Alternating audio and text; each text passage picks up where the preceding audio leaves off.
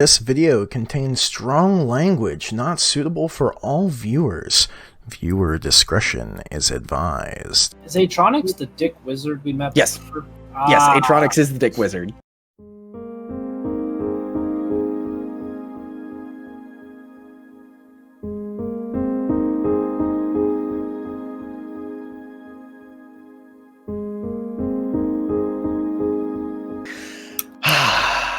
So, hi everybody. Welcome back to 5% Chance of Disaster. This week there's a 5% chance of different music because we finally got someone who's like, yeah, sure, go for it and use our music.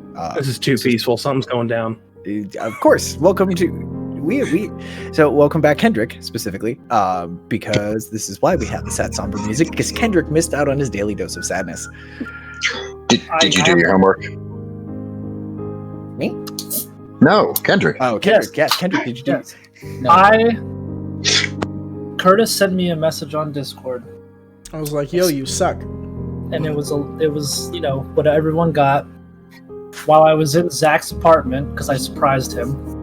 And I almost dropped my phone in shock and legit almost started crying. And Zach was like, what? And I was like, oh, nothing, everything's fine. And I was like, I'm going to go to the bathroom really quick. We're fine up here. Everything's fine. And I went to the bathroom and I just was literally like, Ergin's dead. And I missed it. But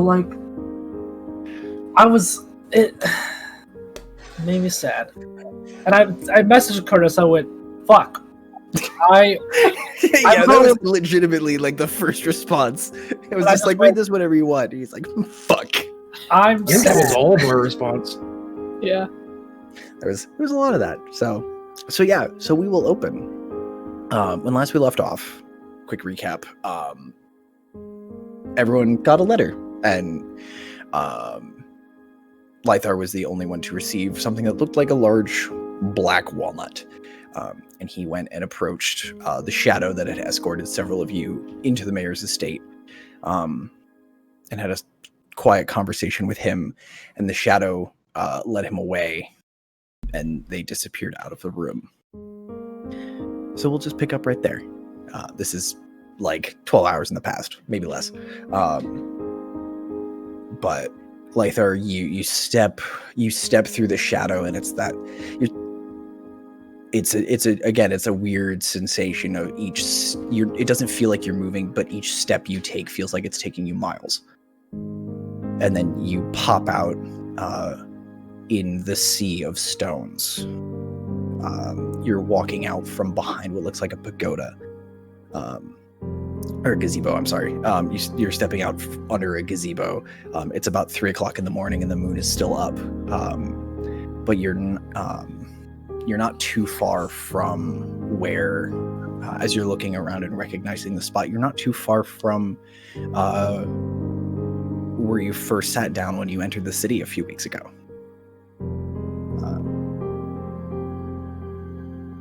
So what would you like to do?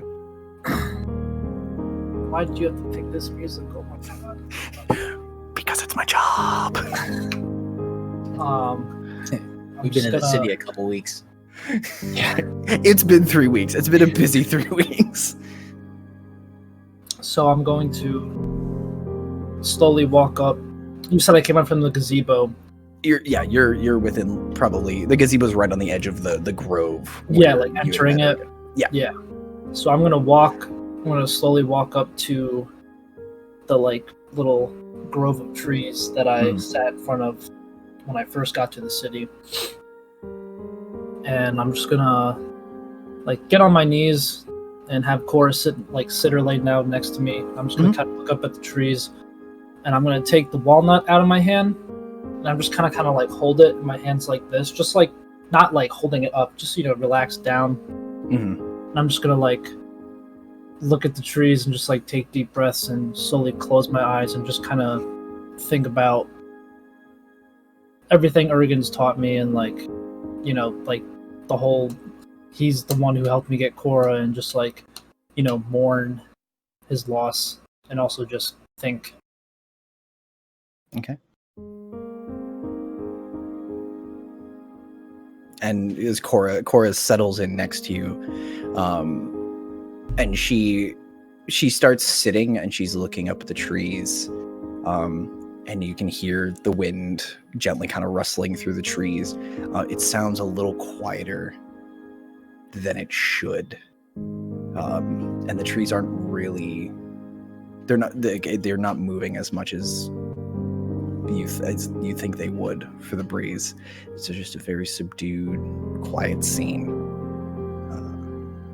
And there's a small stream running. There's a little tiny artisanal stream running by that's just adding a little extra burble to it. But everything is just very sad, for lack of a better word. It's very quiet.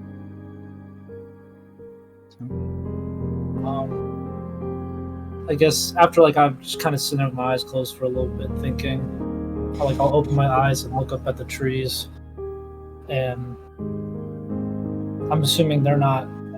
They might notice me, but they're not, paying much attention. Obviously, they're sad, and I'm just gonna say out loud in Elvish, I'm mourning with you, and say some I don't want to say a prayer, but almost like an old Elvish. Would hymn be the right word? You know what I'm trying to say? A small, because you're like a small eulogy. Yeah. Just a small a blessing for the dead. Yeah. Yeah. Okay. Okay. How long would you like to sit after you do that? Would you say it's about 3 a.m.?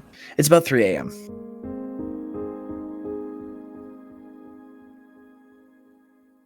And I'll sit there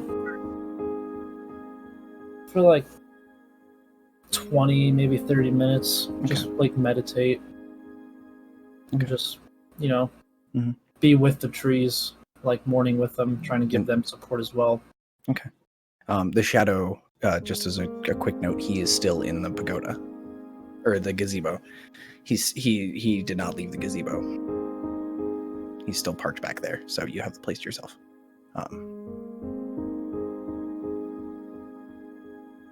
And then I feel Lythar, I would get pretty emotional thinking, obviously one, that he's dead, but this is where I met him, and these trees are the one that gave me the acorn to get Cora. Mm-hmm.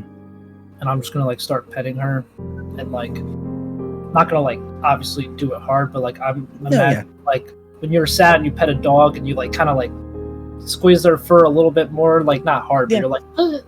That's what I'd be doing. And I would say there's a couple tears, maybe a single tear flowing. Mm-hmm. And Cora kind of leans into you, and you start leaning on her for emotional support. She starts leaning onto you. And then I guess before we leave, I'm gonna turn around and beckon the shadow to come over. Okay. The shadow, very with its hands kind of clasped in front of it, walks very slowly over it, very reverently walks over.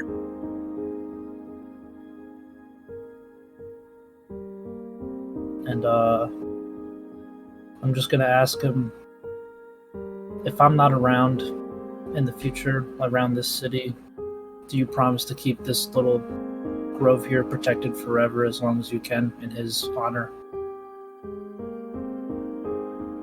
I can do that.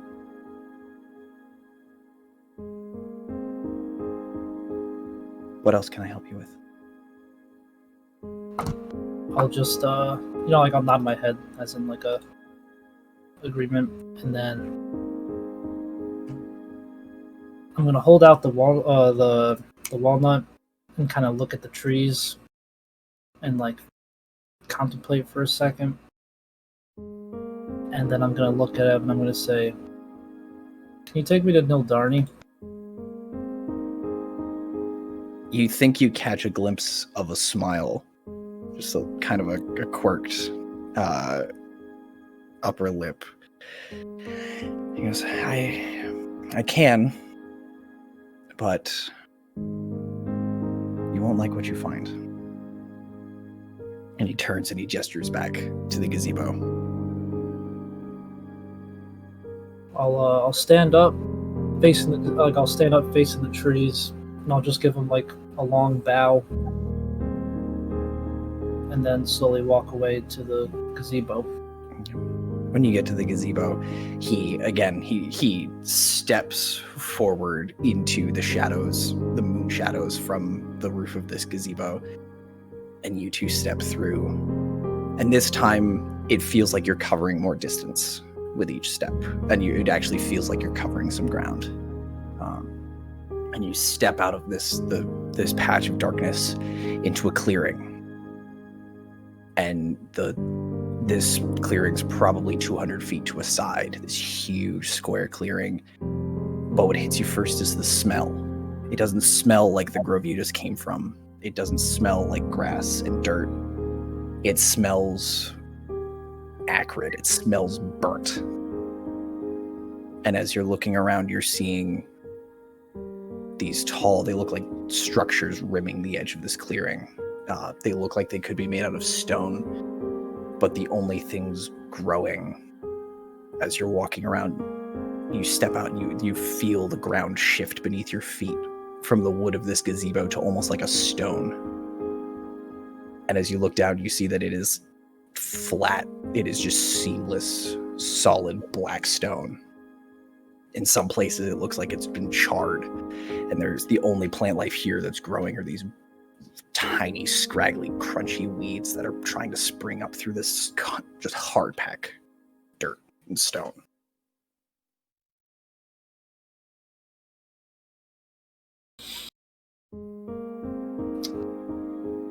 I'm just gonna look at the shadow. I'm just gonna be like, what happened here? Like, this was supposed to be full of beautiful groves. Like, I know Ergin said I know bad things happen, but I didn't imagine it could have ever been this bad. Who could have done this? Why?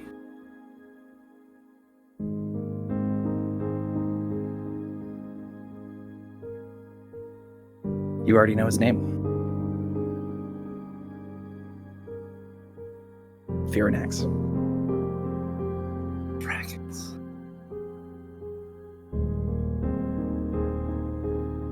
This is what happens when you put a dragon in these woods.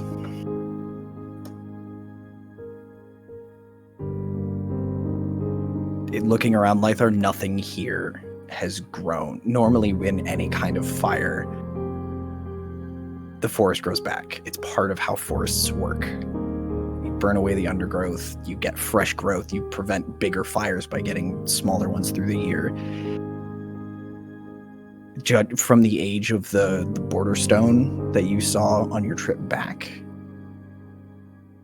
that stone has been there for hundreds of years, and this place has been burned for centuries, and nothing has grown back.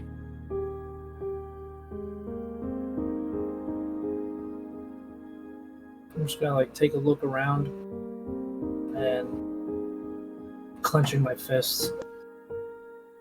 And I'm just gonna look at the shadow and I'm gonna say, you mind going for a walk? Where would you like to go? If you have any idea where Ergin specifically stayed around here, preferably there, but if not, I'd like to look around and picture what this place used to be like. Gives you a slight nod and turns and starts walking towards one of the openings. And as you're walking towards it, you see that the structures and what you see on the side, it doesn't look like stone. It looks like at one point it was wood, but somehow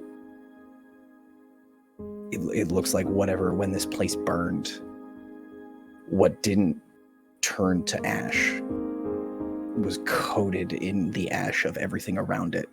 And the ash sat and calcified and petrified everything in these woods. And as you're walking through, you're seeing these arches, you're seeing park benches that look like they would have been gorgeous and full of life, but now they're just sitting there like a mockery of the wood that they're made out of.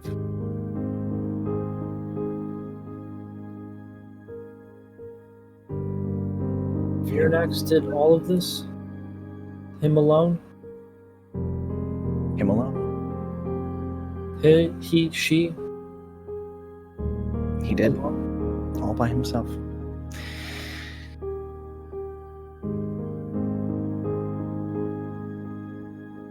How long ago was this? Before he was locked away.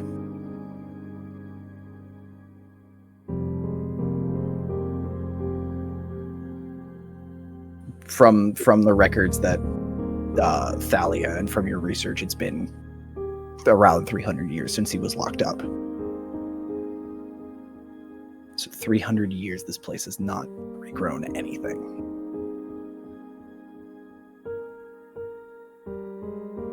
And as you're walking, you're seeing you're seeing homes, you're seeing,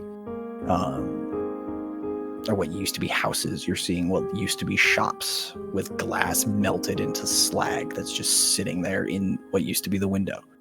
And after about 10 minutes of walking, you can see on the ground where the roots of this house were. You can see sort of the foundation of this house where it was sheared away or burned away. And passed through this 60 feet of empty space, there's the beginnings of a group of trees and a small gazebo. And you just spent 20 minutes in a spot that looked exactly like this. And you walk forward and you see the roots. Somehow the roots of this place are an exact match to the grove. You can see the ground is the same. The trunks are in the same places. Somehow there is a knot on each of these trees that lines up exactly with the trees that you saw in the Sea of Stones.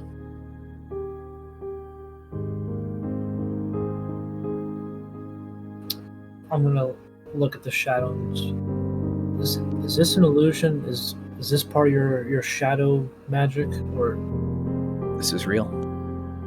And he points to the square. And he goes, this, as far as any of us know, is where Ergin grew up.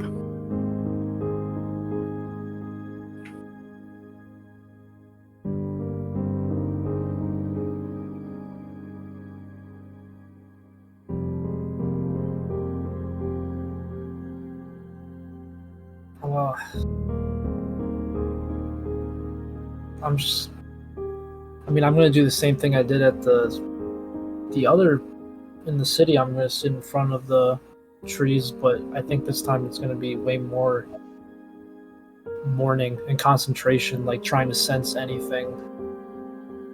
Roll me nature or arcana.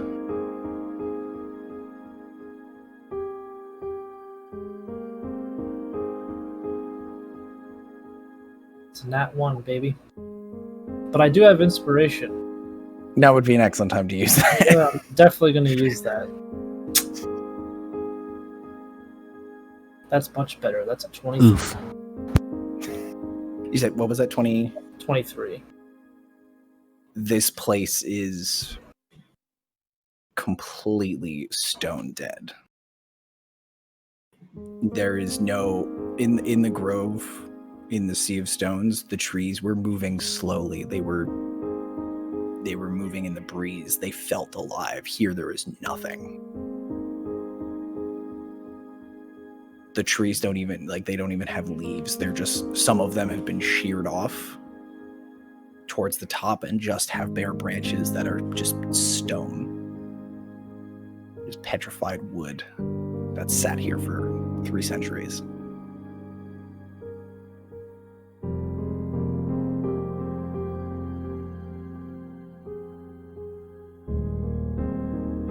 Just gonna take a couple minutes and take it all in. try to let the majority of my anger cool down.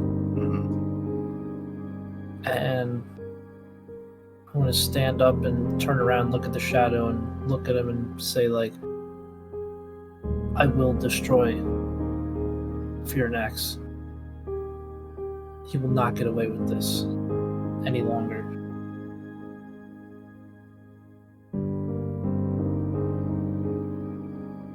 That's not what Ergin sent you for.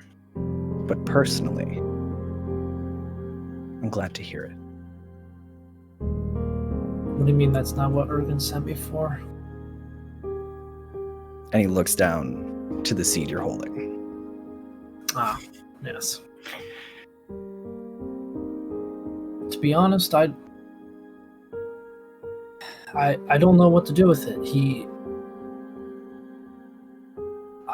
I understand what it's used for, but I don't want to waste the opportunity or put it.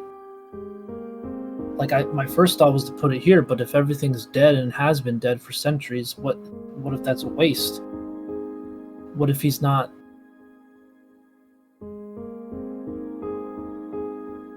I'm just gonna look down and just be like, I don't want to screw this up for him.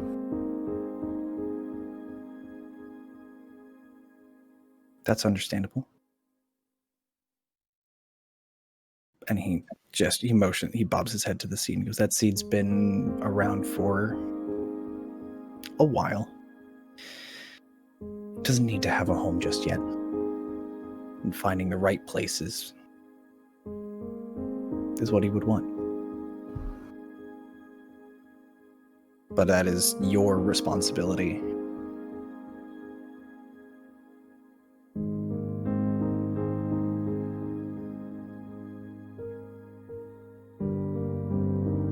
How long have you known Ergin?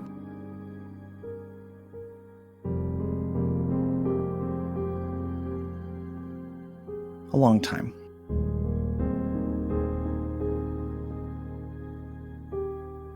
Longer than most. I've known him since we fought together. And he kind of gestures, I've been working for him since before the city was formed. The city as you know it.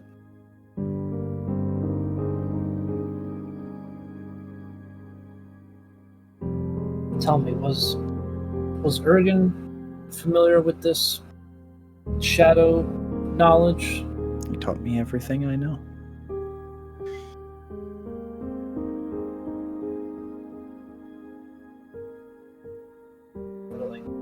Look back at the dead trees. Look back at the shadow. And just say, like, I would be honored if you were to teach me as much as you could. I'd be willing to learn anything and do anything to learn. To help honor him and help my friends and the greater good of the world.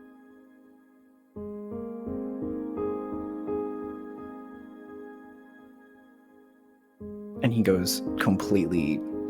kind of clasps his hands together and goes very still, very dark.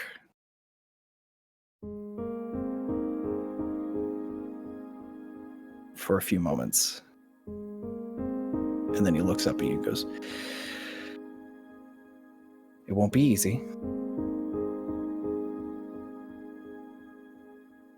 But if Ergin entrusted you with this instead of any of us,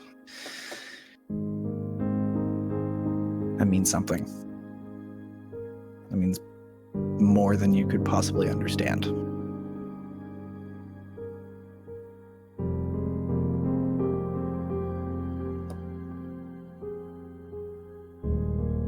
I will do anything I need to do. I know we have a lot to take care of. We have a goddamn dragon to take care of, but like, I want, maybe this could help me take down the dragon, or maybe just in the future,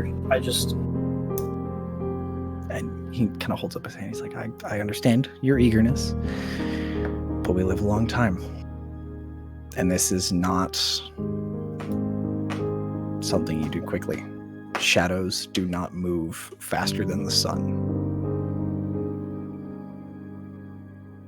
It'll take a little time, but we will come to you when it's time to start training. I'll bow my head, and then I'll look at it and I'll say, there's one more place I want to go, but I need to do something first. Okay. And I'm going to like motion Cora to follow me back to the dead trees. Mm-hmm. And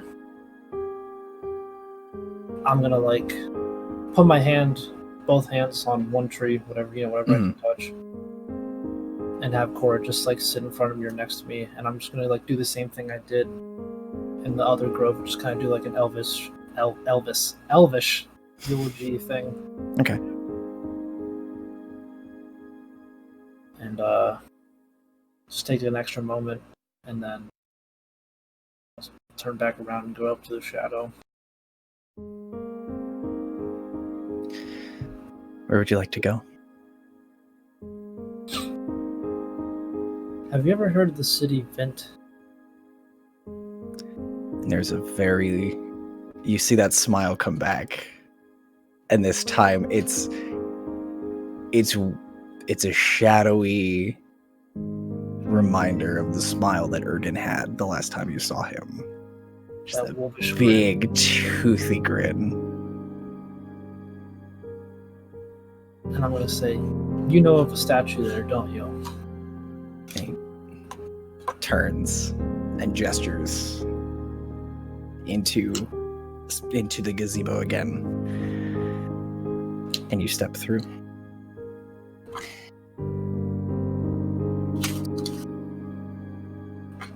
The statue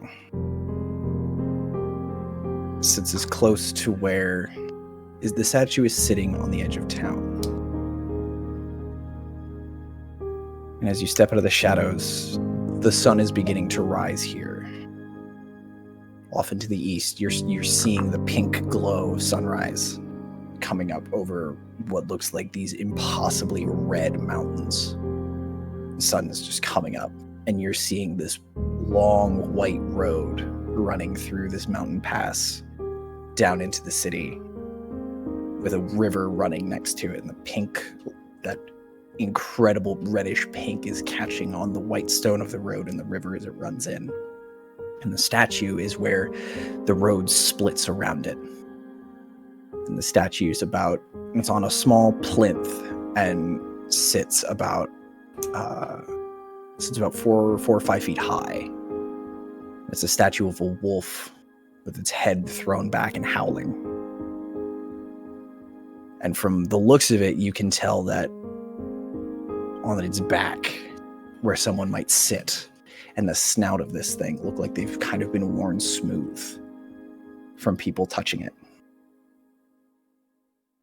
And from where someone, probably a kid, would sit on its back and pretend to ride.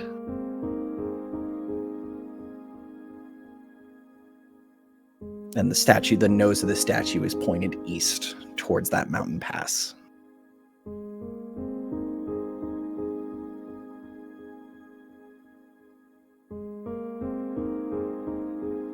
I'm gonna walk up to the statue Mm-hmm. and investigate it. Is there any like plaque or anything? There's or any writing? There is a plaque, and it just simply says, "Mira, Savior of Vint." And there's what look like small offerings in the area. There's plates with what looks like flower, like there's small bundles of flowers, there's some small bowls of like something that might be incense, and there's a plate that looks like it has a couple of empty bones on it.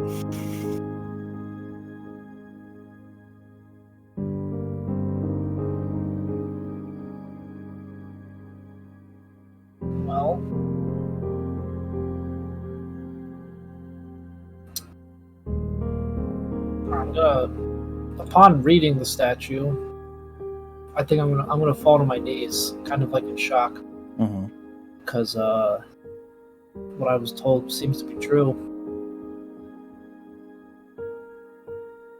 and I'm just gonna like look up at the statue, like straight up at it, and I'm gonna look over at Cora, like tears are in my eyes. And just kind of like look back and forth, like in amazement.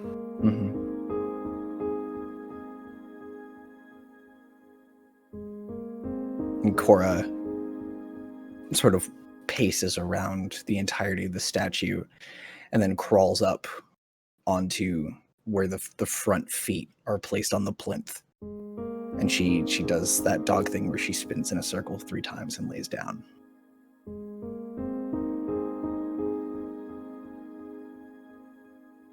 I'm gonna turn around to the shadow and ask, do you know this story? Like, were you here? Do you know more about this? I don't know the story, per se.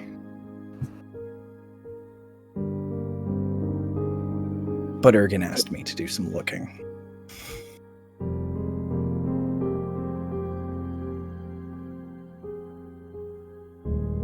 What did you find? I found this.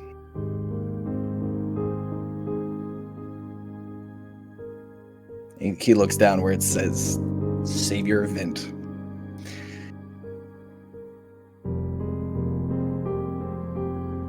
And I'm just gonna like, is there a full moon? I think there was. There was a waxing moon. So the moon's about half full, but also the sun is starting to rise, so the moon is getting fainter in the sky. Right. I'm just gonna like look up, look back at the statue, and then look at the shadow and just be like, this is my mother. I never knew her. And the shadow looks up, sees the moon, sees the sun, and goes, take some time. You look exhausted.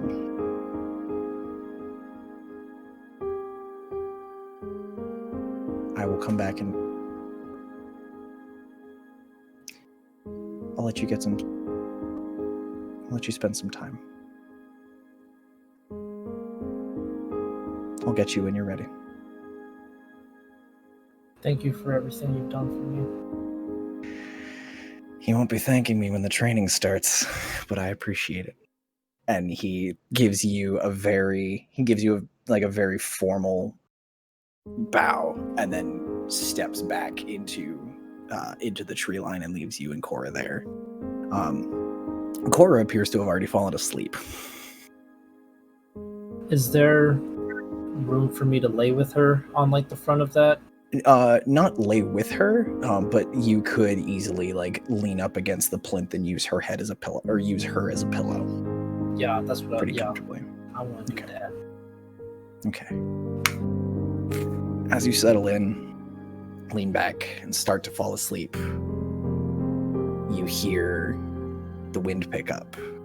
And as your eyes start to shut and the sun is coming up and your world is kind of filled with this rosy hue of sunrise, you hear wind moving through the statue, where some ingenious soul put holes in this statue so when the wind blew, it would howl. And this soft, gentle howl is what you hear as you fall asleep.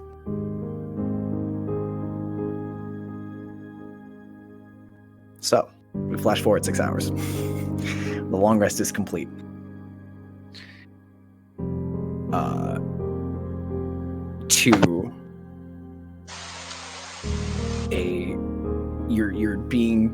You're being shaken. And as you open your eyes, the sun is up. You, with as far as you've traveled, it's hard to tell gauging off the horizon line. It's probably close to like 1 or 2 o'clock here. And it's the Shadow. And he's going, I need to get you back.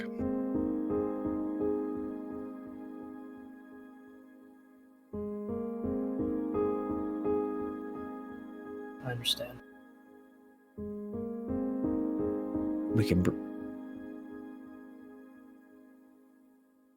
bring you here whenever you'd like. I'll just nod my head and I'll get up. And if Cora's not awake already, I'll softly, pet and nuzzle her to get her up. Okay. And as you stand and are kind of shaking the, pulling the sand out of your eyes, you feel complete. You feel like there's something about life that there's that weight that's been sitting on you as long as you've been aware of it. And part of that weight is gone.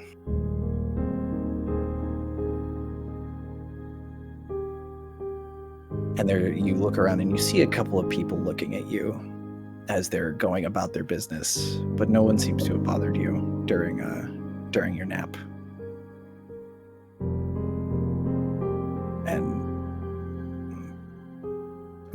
the Shadow does a quick look around and starts walking back towards the shadow, or towards into the groves of trees, where when all of a sudden you start to hear a little bit of hubbub and clamor in the city and clamor in this town, and you look, and way off to the west there is a brilliant pillar of white light that looks like it's just lancing up into the sky. And the Shadow turns, sees it, and freezes and goes, "Oh no," and starts running for the woods. And as he's running, he gestures. He starts gesturing like, we need to go now. I'm gonna look at Cora and just say in Elvish, like, let's run. And we're just gonna book it towards the woods. Great. There's that huge pillar of light, and you take off into the woods. And as you get settled in the woods, and the Shadow he's looking around, he's trying to find a dark enough spot to make the bridge, to make the jump. There's a blinding flash coming from the west again. Think of it getting out of this narrative. If you've ever seen footage of an atomic explosion, there's that flash, and then then the shake. There's the flash and then the thunder. And you've seen the flash, and you can hear the townspeople shouting, go, "What's going on? I don't know what's happening. What's happening? What's going on?" And then the ground starts to rumble a little bit. And the Shadow just goes, "Well, this will be an interesting jump back."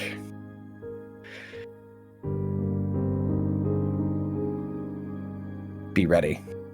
And you see him reach into the sleeves of his shadows and pull a pair of wickedly curved knives. He pulls them, and he has one in a forward position and one in the reverse position across his wrist.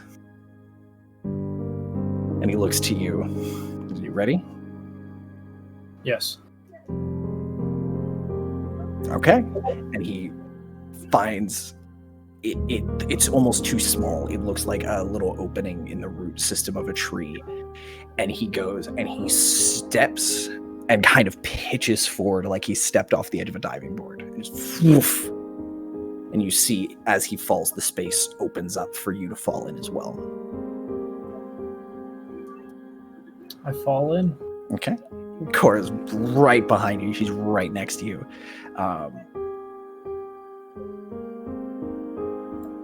So, and that catches you up to everybody else. So, give me 1 second to get Groovy up and running. 2 hours later. Because I had a track. Sorry, I had to pee so bad. Yeah, good shit happened. All good. I'm so mad I missed what you were saying about the walnut. I was like, God. Oh, that was really well done. Damn walnuts. Almost I thought it was cried. an acorn. Almost cried. I can't take that. It can be whatever you want it to be. I thought it was a cashew. Cherry those are pit. poisonous. Oh yeah, by the way, if I don't know if Curtis mentioned it while I was gone, but at some point Thalia had messaged you saying, don't eat whatever Ergin gave you. That's two. Fuck, I totally forgot about that. That's DM, two nut DM. bombs I've had. DM, there's a hand trying to get you. There you go. I'll cut, no, I'll got cut him. this from the edit. 1 second. I didn't even see that. I was like, what is he talking about? And then I just see, Me. oh man. Whew. Those were some feels. Good job. Oh, good for you. Did you get my message, Curtis? I'll just tell everybody. I did. I had a tear or two come out. That was. I almost did too. I am a terrible person, and I love it. Oh, that was so good. Ugh. Whew. All right. So now we catch up to everybody else. Please tell me everyone at least liked my subtle dragons. I did. It wasn't I the right mood to enjoyed go dragons, but I was like dragons. It's like those dramatic scenes where they're like looking like the Godzilla movie when that came out. He just Which looking one? at the screen, he just goes, Yeah. Godzilla. Oh yeah, the 2001 with Yeah. Matthew Broderick and all the other people. Godzilla. The worm guy. You're the worm guy. Oh yeah, we told you last week you missed the dragon fight. Did that piss Oh, you yeah. off?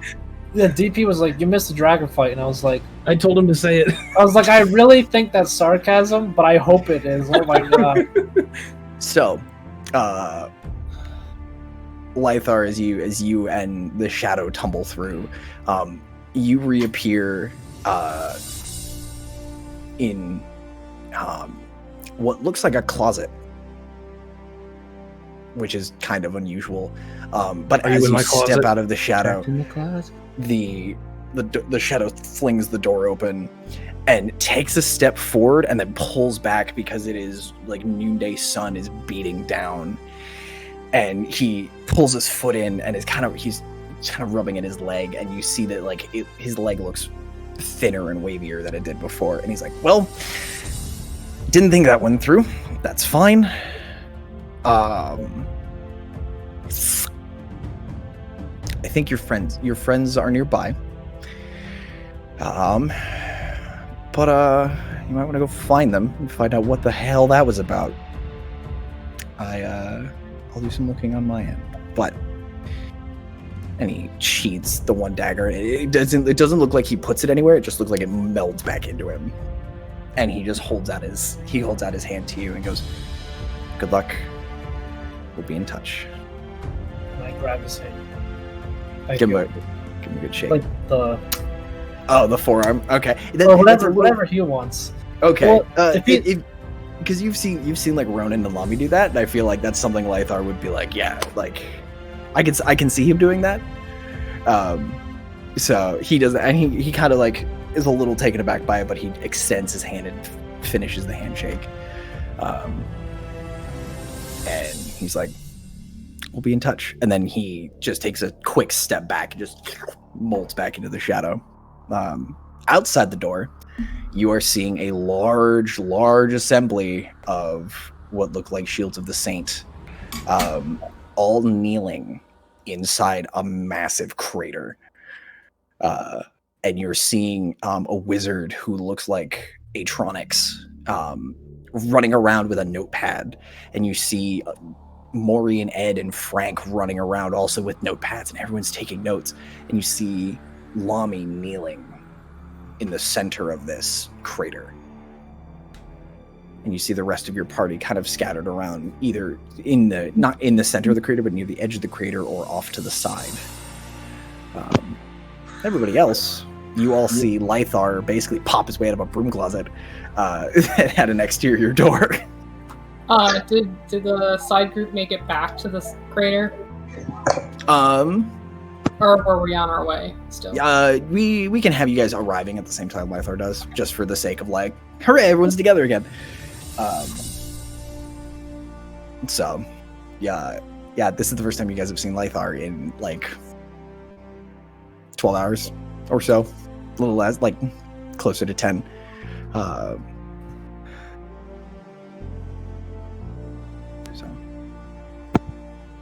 I'm gonna sit down on the edge of the crater. I'm gonna pull out a beer, and I'm gonna cradle it in both hands and stare at it like I've seen everybody else who is going through shit do, and just keep doing that. Okay. You're gonna like peel the label a little bit. The metal fingers just clinking through through the clay, like following the ridges of the tankard.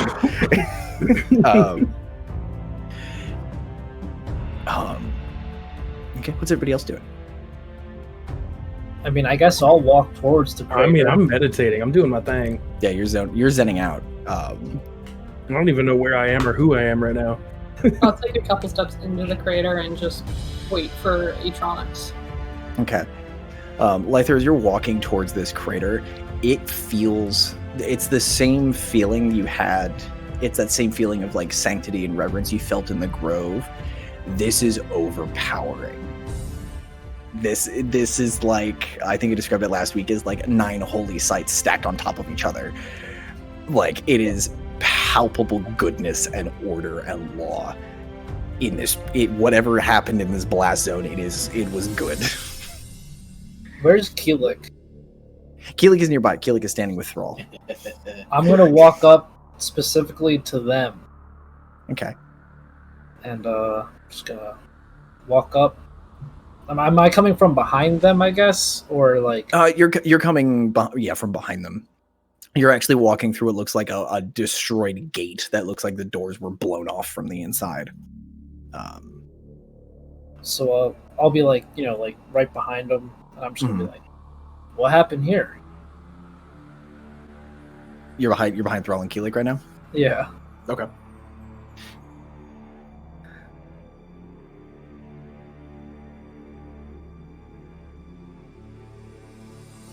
Mr. Thrall, your long lost friend has appeared miraculously behind you. Are you just gonna turn and give him the stink eye? Where have you been? I was taking care of some things. I'll tell you later. That was not very descriptive. I'll tell you later. What is happening here? This feels very overwhelming. I was far away. I saw a flash of light.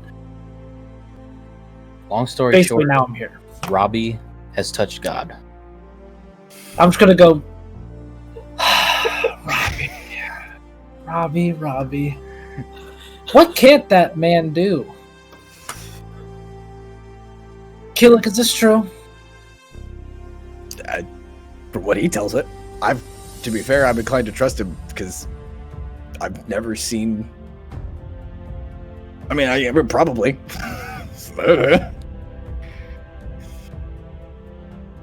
Where's Ronan? Ronan, where are you in this moment? I'm kind of off by myself, just hanging out.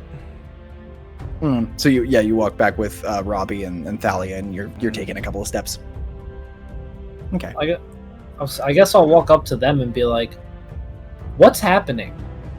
What? Were you asking Robbie? Or Robbie? All of you. Just Who is them? Because most of us aren't near each other. Yeah, Who is they? I thought you just the little cluster. Are you trying to catch Ronan before he wanders off, or do you want to go to him privately and then go to other people? Because this is all like you're by a few feet off. Are you saying like you're like 10 feet away, Chris? I'm like purposefully far away from people. Okay, so like 30 feet. Like, yeah. Okay. So yeah, Okay. Lythar, without shouting, it'll be hard to have a conversation over that kind of distance. I'll go to Thalia. Okay. And are you like writing as fast as possible still? Are you like scribbling? Not scribbling. She's but, like... not taking any notes. Oh. Thalia never scribbles. That's why I was like, I didn't mean It's scribble. fine cursive. Well, It really is, though. I have really nice cursive, though. I'll walk up to Thalia and I'm just gonna be like, what happened here? What happened? Oh, so I see. Lythar doesn't believe his work friend. No, but all he said was he touched God. I'm hoping Thalia could give me a more detailed expression. Robbie, I believe you're also with Thalia in this moment, correct? I am still staring at that mug. Okay.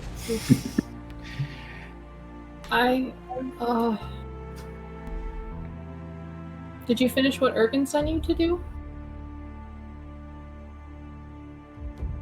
I'm just kind of like look down towards Cora, and I'll look back up, and I'll be like,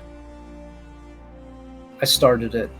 It's not a task to be rushed. That makes sense.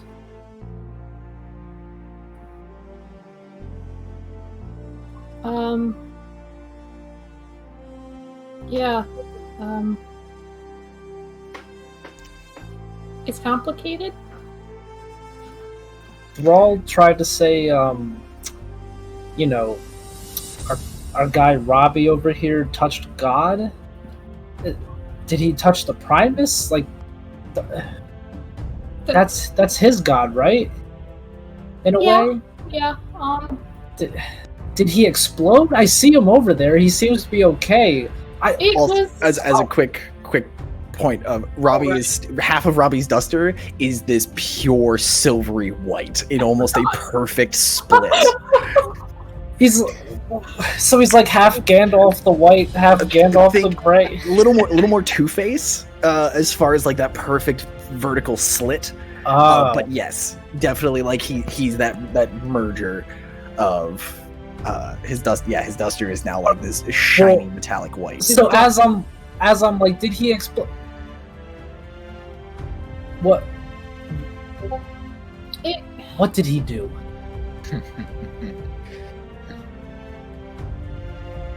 I need to figure that out. Is he okay? I think we had to shut him down.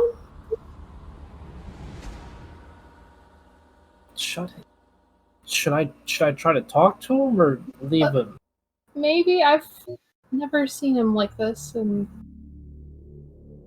well, we're both awkward. Let's give it a shot. All right.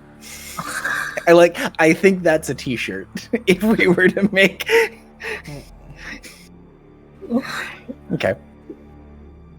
I like that charisma caster is described as awkward. Yes. The guy with maxed out charisma is awkward. It's fine. Everything's fine. Okay, so you're walking over to Robbie? Yeah.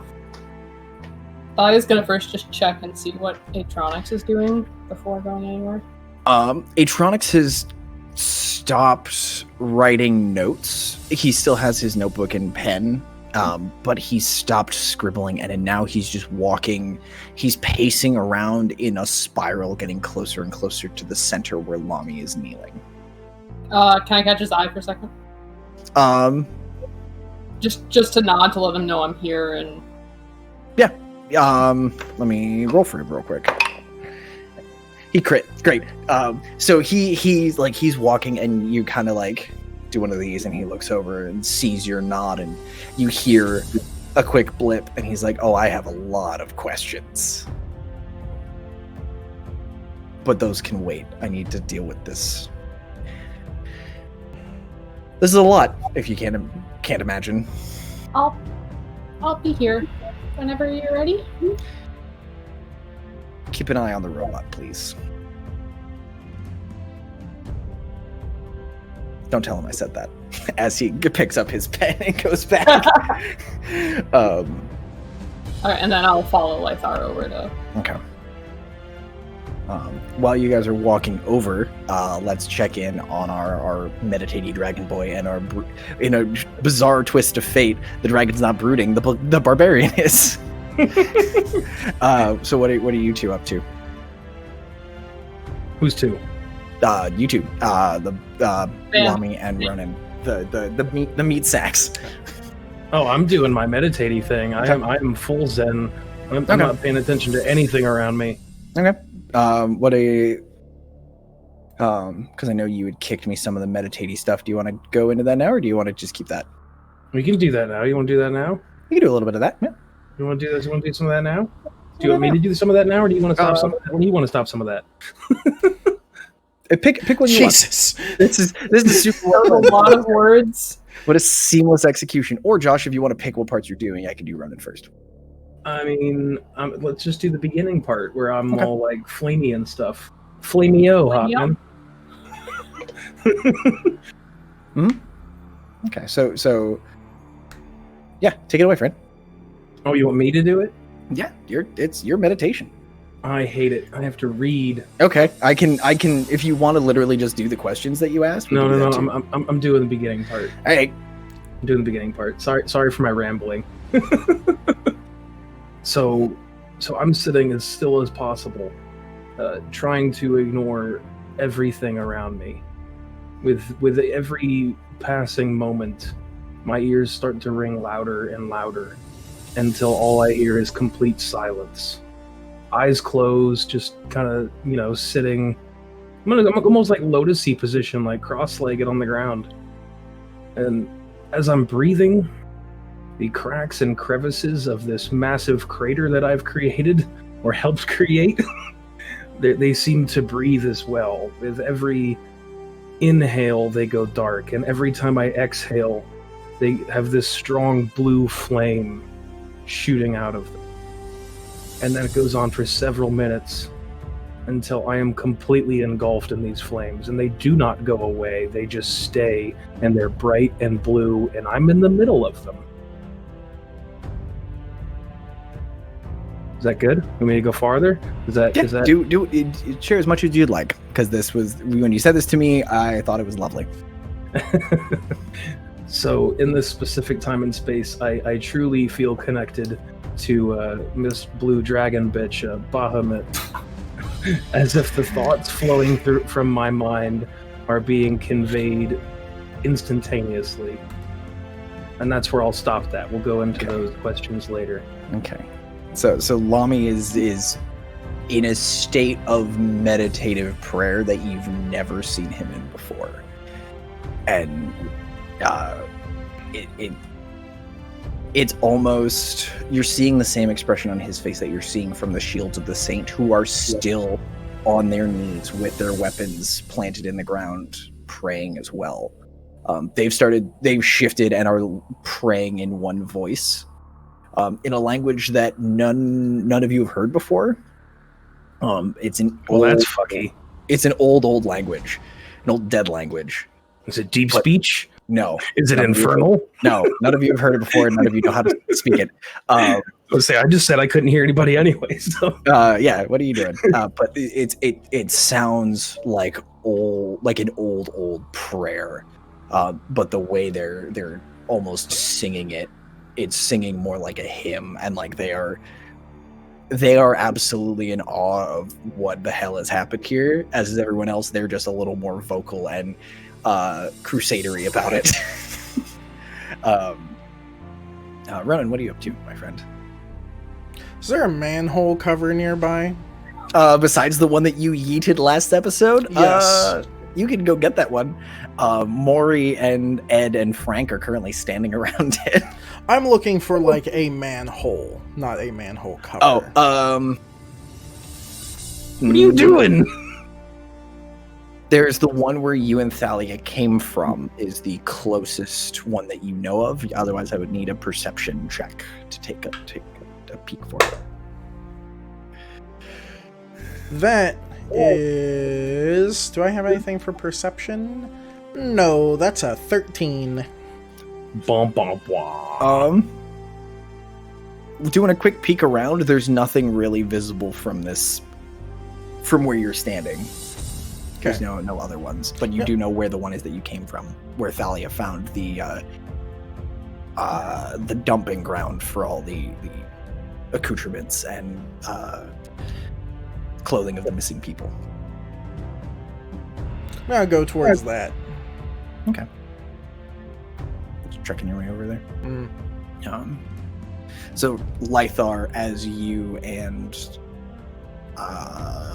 Thalia are walking towards Robbie, you see Ronan turn, and first Ronan kind of looks flickery, like there's shadows, like a shadowy flame is rising up off of him. There's wicks of shadow floating off as he kind of storms away. Would you describe it as a storm, or like just are you just moving with purpose, or are you just kind of glowering? Just kind of, I'm walking. Okay. The Goliath is just walking the opposite direction of everybody else at the moment. As you two arrive to Robbie. I'm gonna look at Thalia as like we're behind Robbie, and I'm just gonna be like, nod my head like, let's do this. Like, hey Robbie, how you doing, buddy? It's been a little bit. You are muted, my friend. It has been approximately, what would you say, 12 hours? 3 a.m., like 10 hours. It has been approximately 10 hours. Does that constitute as a while? Yeah, I mean, I'm kind of used to seeing you all the time, so. Indeed. How are you? I'm doing well, Robbie. I noticed you're different. Yes. I believe I touched my god. And I'm gonna like slowly look back towards Thrall and Keelik and just be like, that's the thumbnail. There it is. Did it. And then I'm gonna look back at Robbie and be like, you did what? I believe there is something wrong. The Primus represents order, no matter what. I do not believe that people should be screaming. What do you mean, screaming? I heard the screaming of many voices in the pool.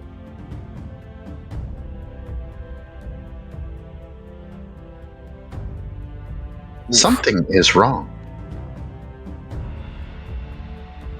And I'm just going to stand up and walk directly to the center to where Lami is. I'm in a cone of blue fire, homie, and Lythar hasn't even noticed that yet. I mean, I probably have, but you're Lami. You do weird things. I'm not Robbie, too shocked. Robbie, I just do weird stuff. Coming back that way. Robbie. Oh no. Keeps going. Robbie, as you're walking,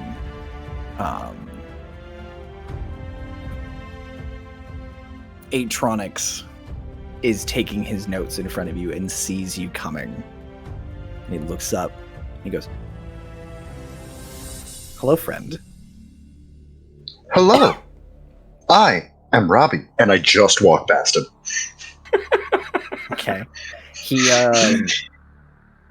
He's going to reach out, and he's going to try like put his hand kind of on your shoulder as you walk by, as sort of like the friendly like, "Hey buddy, don't go in there" kind of thing. He's just like, "I have a couple of questions, and you're the only person that has these answers. Can I talk to you for a second?" Is it imperative that you talk to me straight away? And then I'll look up. And Lami, you are surrounded in blue flames currently, correct? There's like a literal cone blue of flames. Yes. I believe what is happening with my friend is more divine in nature than you are. And I'm going to walk past. Okay, give me a...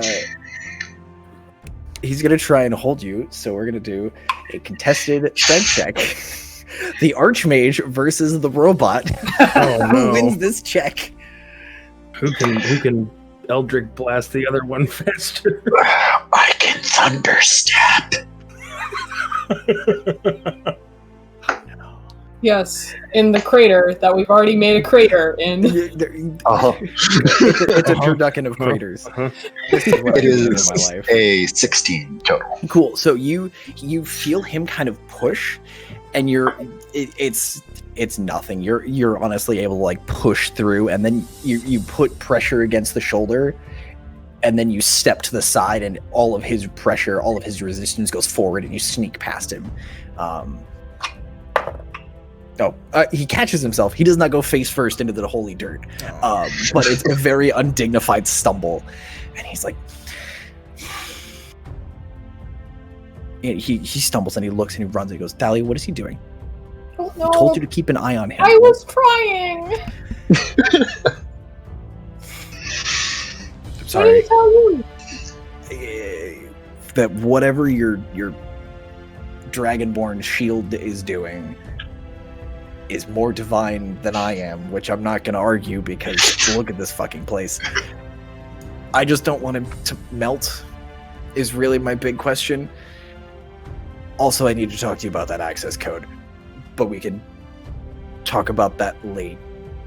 And he, like, the sentence kind of peters out as he looks over to Robbie. So, Robbie, what are you doing? I get in front of Lami, Okay. and I kneel. I kneel 2 knees, and I just Are you put my stepping head down. through that cone of flame? I'm going to attempt to, yeah. Okay. As you step through, you feel the heat. You feel that blue flame licking at you, but it doesn't burn. It's the same. It's that feeling you had when you were plugged directly into the pool, but on a different frequency. And you're starting to feel this resonance between the two of you as two lawful empowered beings are sitting in a circle in this center of power together, and you are able to kneel. You don't get a super clear view of Lami if you kneel in front of him because of the flames, but you'll get a good enough view that you can sit pretty much knee to knee with him if you match his pose. That's kind of what I'm trying to do. Yeah. Okay. And I don't understand prayer, so I'm not exactly meditating, but I understand reverence enough I am trying to force a reverent feeling through the mechanical parts, if that has, Give me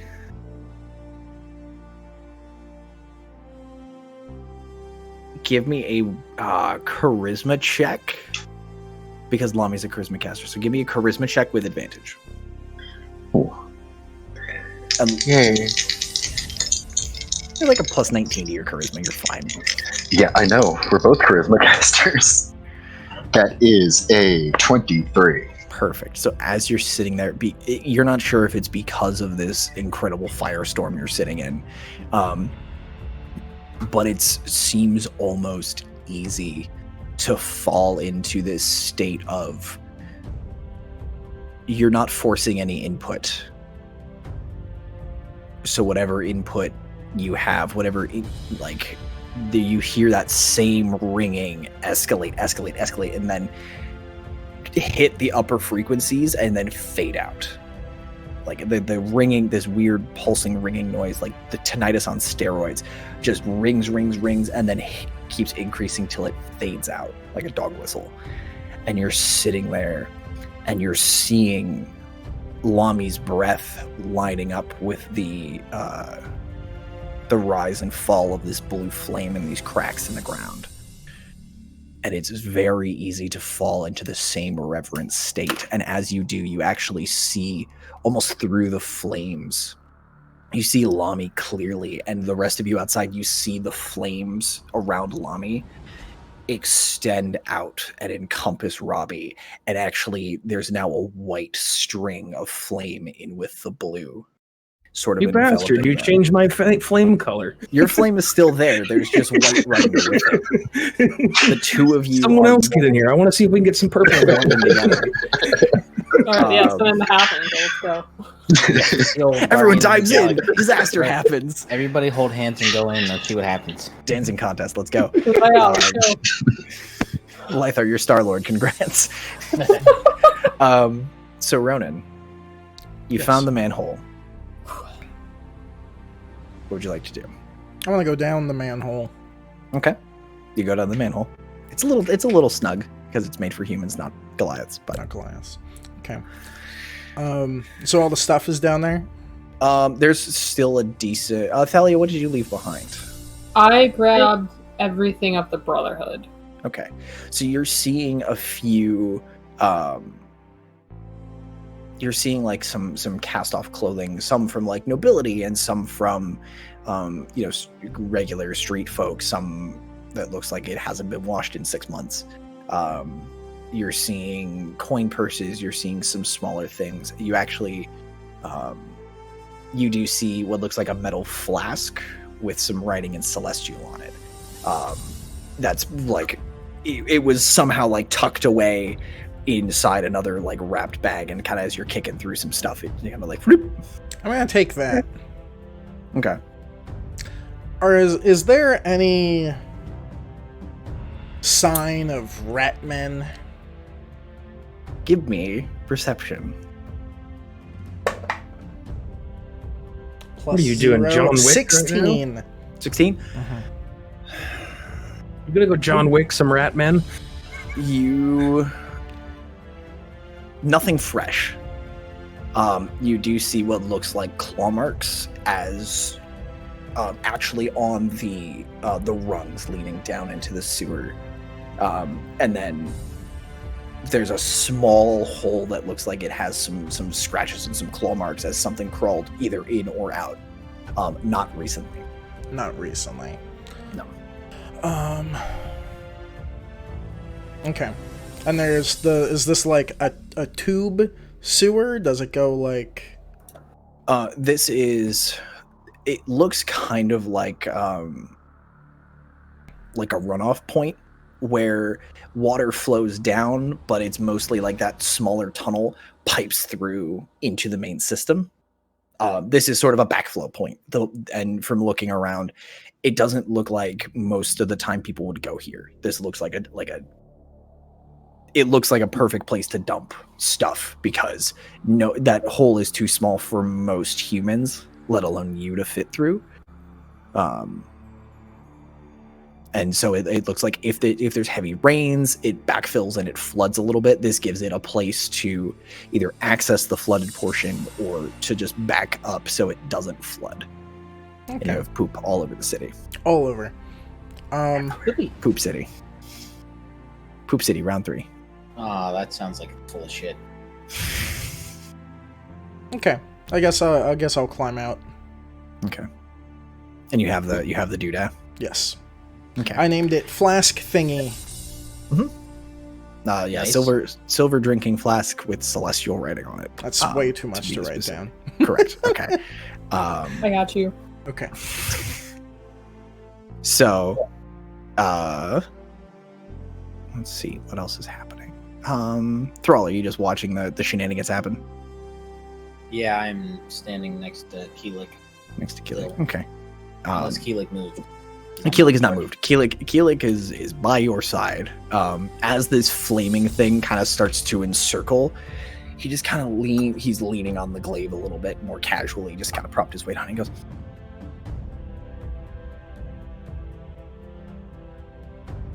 "Do you know what's going on?" I have no clue.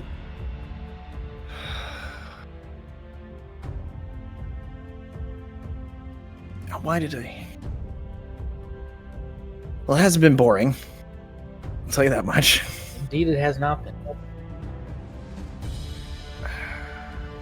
But I'm kind of afraid to ask what's going on. I mean, what we don't know might kill us. What we do know might kill us, but slowly. Bless you. Bless you. bless you is hilariously appropriate in this moment. Anyway, but yeah, Keelik's like, we can always ask. Who do we ask is the question.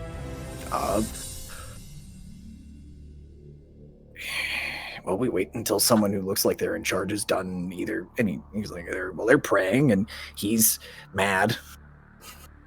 They're pointing at Electronics, and he's like, but he's off. And he looks over at Ed and Maury and Frank, and they're still looking at the manhole cover, but now all their attention has been drawn towards this fire spin that's happening in the middle. He's like, no, you're right. I don't know who to ask in this moment. Well, the only ones to ask are both inside the fire currently. Yeah. All right. Guess we'll wait. Maybe Lami will actually talk to me this time. That's a big doubt there. I'm not counting on it. Okay. So we'll jump back to Lythar and Thalia and Atronics as you guys are kind of standing together. Is there anything you guys want to do, or are you just going to continue watching the Charlie Foxtrot that's happening in the center? Is Atronics the dick wizard we met? Yes. Before? Yes, Atronics is the dick wizard. Like at first I was like, have I met him? And I was like, he's the wizard who is also a dick. Yes. I was like, he's the dick. He's the asshole wizard, which also doesn't sound quite correct. He's the rude and pompous grand wizard. I'm sorry, Mike, about your beer coming out your nose. So we'll gotta watch the inflections there. it's all phrasing. We should do phrasing at some point in Core more. So meanwhile, in the center, Lami, you're kneeling there, and you feel someone kneel down across from you. And as the flames in front of your face don't clear as much as they expand to allow Robbie to sit, you see that face with that scowling smirk faceplate. And he's kneeling there in front of you. And you see that white light that you saw earlier coming out of his hands. And it's this long, gossamery streamer that's starting to wrap around, not smothering or mixing with your fire, but adding a second layer as you're kneeling there together. Neat. And both of you...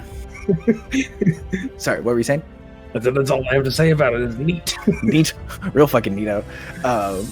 So as you're kneeling there, both of you hear a voice. Lami, this is after you've been here. You haven't gotten a response to anything that you've thought, but as Robbie kneels down, you hear her voice go, "Hello, Robbie." And Robbie, you hear this as well.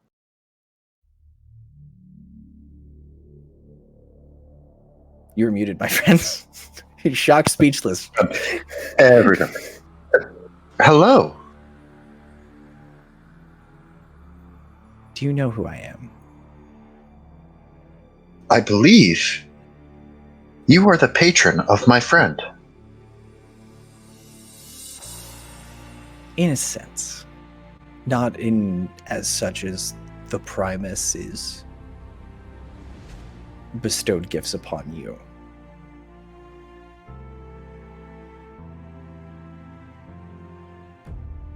I will have to look into that further. But I believe my friend is trying to contact you. I do have questions. And I will answer both of you if I'm able.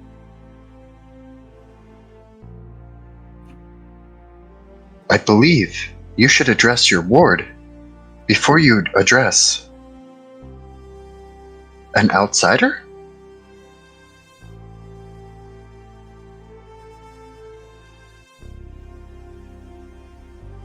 Not as much outsider.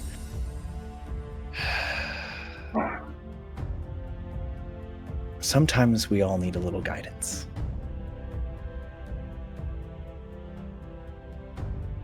And sometimes, That is Go an ahead. understatement.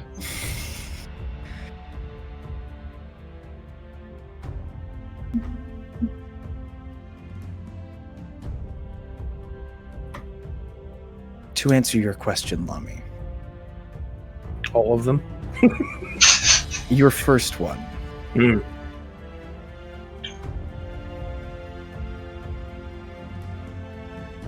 Whether you are worthy of the Reforger remains to be seen. Well, that's good, because I don't feel ready. Your choice with the Brotherhood will set many pieces moving. Good ones or bad ones? Both. This world, despite what we would like it to be, is not as black and white.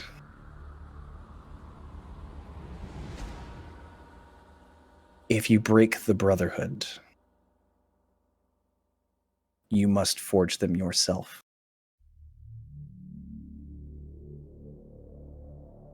Sounds easy enough. Ask I your think. blacksmith friend what happens if you break something to remake it. It's a delicate process. If you leave them as they are, they may not be ready for what you bring, but they will be ready for the rest. They will be ready for the threats they are used to facing. Well, clearly that doesn't work anymore. Why do you say that? Well, think about it. There's not many normal things happening these days. Mm-hmm. Remember what Bartholomew told you. The Brotherhood is to protect innocents from more mundane problems. Demons are their specialty outside of that. They are ready to fight evil, but not necessarily good.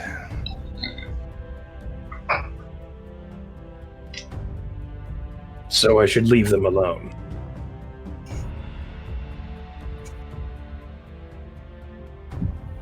I cannot say any more on the subject. Hmm. And I do not mean that to stymie you. I say that because what I say to you imbalances everything. Unless and I then allows rebalance it. what I say allows my opposites the opportunity to do the same. That is why we don't normally walk around the world ourselves. Well, you can do that? In desperate times. That's why That's we good to entrust know. people like you to wield our power without unbalancing the world. Makes sense to me, I think. I hope. Robbie.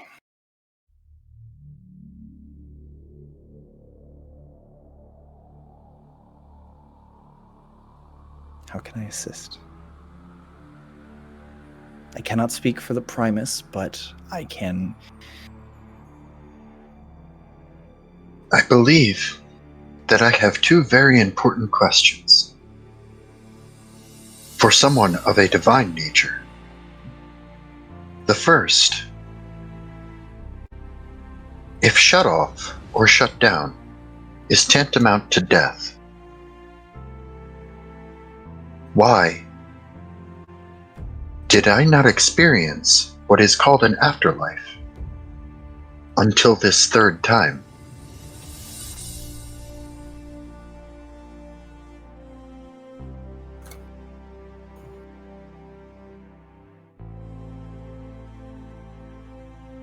That I cannot answer. And I'm sorry. That is a shame. If I could give you an afterlife, I would. Aww. Everyone deserves something other than the dark on the other side. I believe I have experienced my first one. What did you think? But it was strange. I did not expect to have a conversation.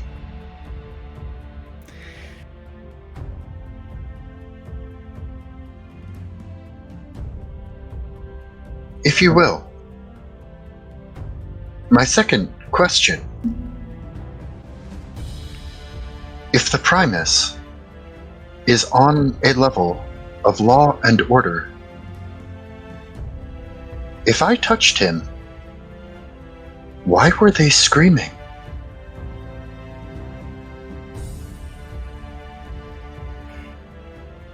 And there's this feeling, for the first time kind of around you, there's this feeling of the fires don't dim as much as they kind of flicker in an enormous sigh.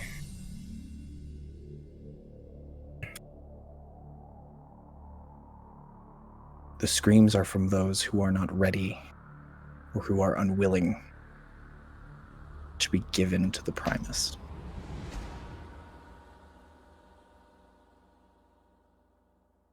This place was a gate. And those people were victims.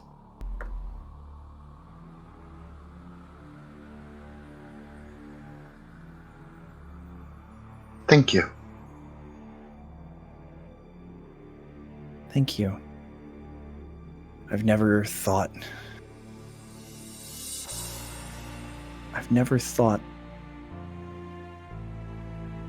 I would get to have a conversation with someone as unique as yourself. When I was born, I never thought that I would speak to or seek a god. Me either, buddy, but here we are.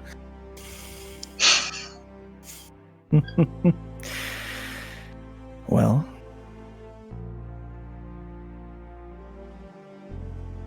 your company is good. Both of you.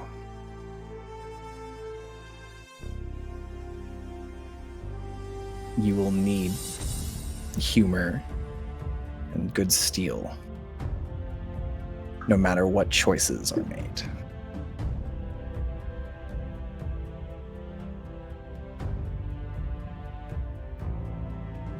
Good luck. And the flames start from outside. You see the flames. They've flickered, they've fluctuated, but now they start to spiral backwards from the tip of this cone that they've made. This pillar of flame just starts to unwind in this double helix, just the blue and the white threads just winding down backwards and falling into the ground. And the cracks in the ground look like they've fused over. As that's happening, I'm going to take off my chest piece, throw it to the ground, and watch it melt. Okay. It's turning into this puddle in the ground. And as it turns into a very similar silvery liquid that you saw before, the shield emblem embossed in the armor is the last thing to melt away. And that's where we'll go on break. Oh. Hey. All right. Lowering my own AC for plotline? What is Let's all Boy. Take a 10, take a 15. I'm cool with a 15. That was I That's a think I lot. need to Wow, go good job. think about my emotions for like 2 hours. Oh yeah, Kendrick, you enjoying whatever you came back to? Yeah, I purposely didn't like Curtis and I discussed that. He was like, you can watch it until Lythar leaves, or you can watch all of it, or just get surprised. I was like, I kind of just want to see what the fuck happened in the moment. And he was like, all right, like we'll do your stuff. You'll know when it's time to go back, and then you'll find out what happened. So when he was like, you see this light, and I like looked up and I see Mike just kind of like, oh. Oh yeah, I did that.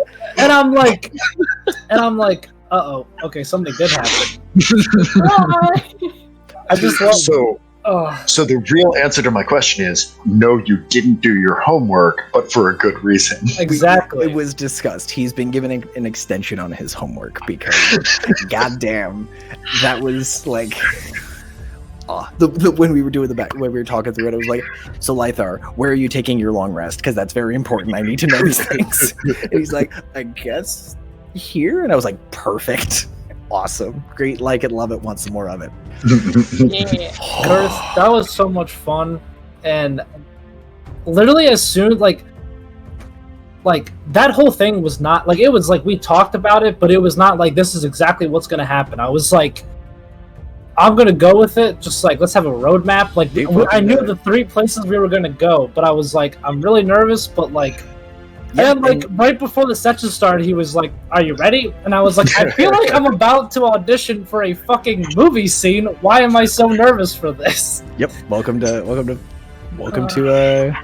D&D, man. And then as soon as that piano song came on, I was like, "Fuck."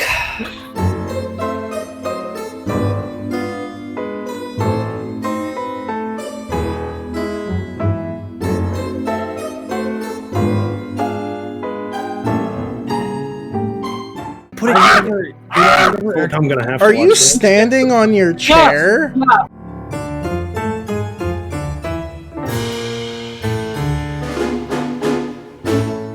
We were ace. So, welcome back. Now we actually do that at 5 minutes in. So, welcome back, everybody. We're picking up. How loud is this music? Hang on. My groove is at like 130%, and I thought I was comfortable getting with it. abducted by aliens, and then I realized it was groovy. But I also don't keep any of you below 100. Okay, there we go. I think we're good. Yeah. So we're back. Some technical hiccups here and there.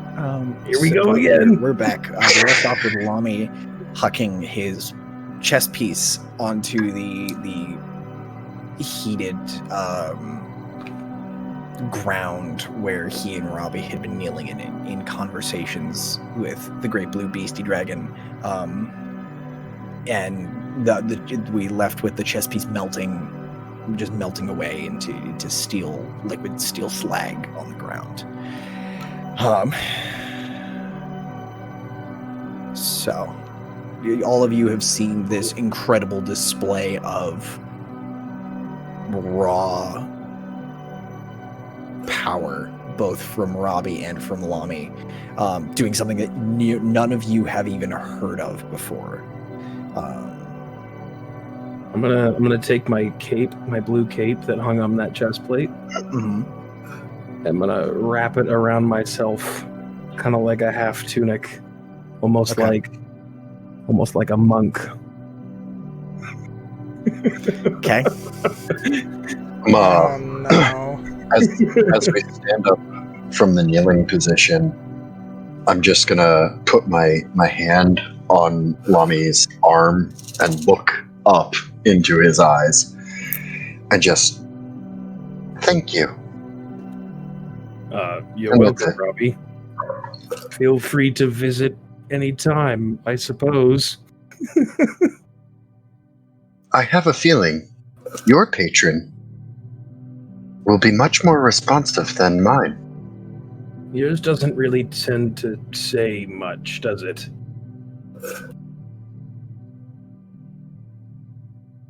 I have received orders on the anomalies. But outside of that, no. Maybe it's because you're so far away. Do you think we should get closer? I'm up for it.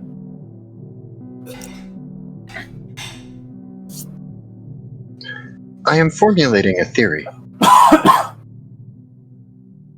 I will explain when I have finished flushing it out. Very good. Do you poop those out? I do not excrete. Very good, Robbie. Very good. Robbie, don't take or give no shits. Let it be known. It is canon. I was hoping for what is poop? What is People order our patties. Okay, so you, I don't want to step on any toes. Are you guys just walking back towards everybody else? Yeah, I'm just gonna mosey on over. Okay. As you guys are walking back, the shields, all of the shields are still kneeling. All of them have their heads down except Bartholomew, who is looking at you, Lami, and he saw you remove your chest piece and melt it down. And he hasn't stood up from his position, but he is looking at you very intently. I'm gonna walk right by him, completely disacknowledge his presence. Okay. You guys are walking back to the group. The Lythar and Thalia and Atronics group. Ronan, what are you up to? I'll look for another manhole cover. Okay, give me another perception check. Did I miss a sudden obsession with manhole covers? A little bit. That's a 10. No luck, buddy. All right. You are not having any real success. I will start walking with no purpose, just walking back towards people. The group. Okay. Thrall, what are you up to? What are you and Keelik and Dancer up to? Because I should say before, when the flames burned away, you felt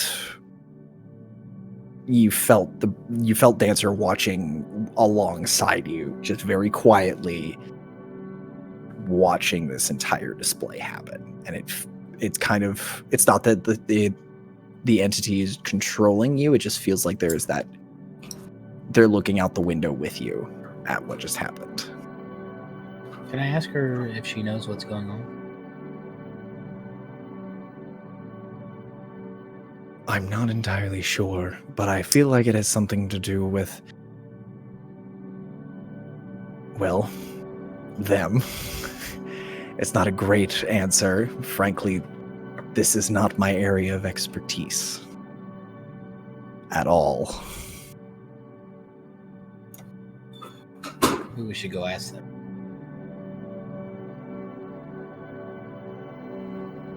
Kind of both her and Keelik. And Keelik kind of, well, I think whatever it is, it's done now. And Dancer kind of, you feel like a shudder. It's like, where you go, I'm kind of following, I guess. Lead on, Wielder. So you're I'll walk over to Lami and ask. Okay. So you guys all kind of convene at the same time, and Atronics just goes, I'll be right back, and takes off to the center where and Ed and Maury and Frank have beaten him there and are like Frank is like Ed is telling Frank, like he's pointing at the ground and making digging motions, and Frank is like awkwardly trying to scoop because his hands aren't really hands, so he's just trying to like kind of. Is the chicken pecking at the ground? Is the chicken pecking at the spot? I don't know what the chicken's doing. God, I hope he makes some kind of metal crossbow.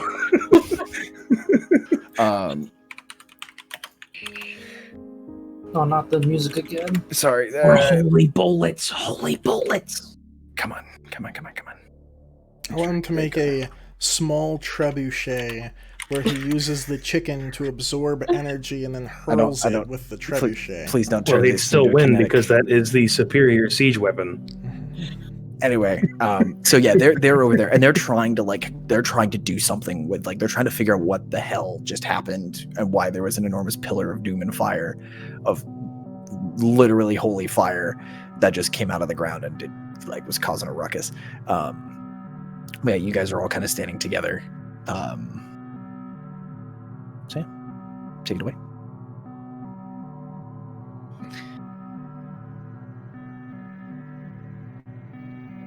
Are you two okay?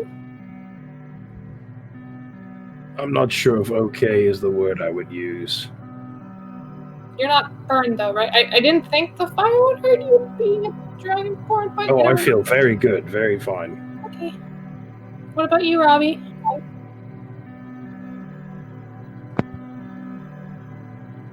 I believe this is a feeling that you would describe as apprehension.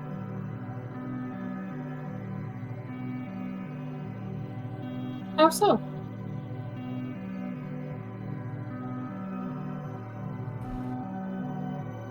The screaming is apparently from those not ready to join the Primus. This is troublesome. It's troublesome that they're forcing people to... Are they forcing people to follow the Primus?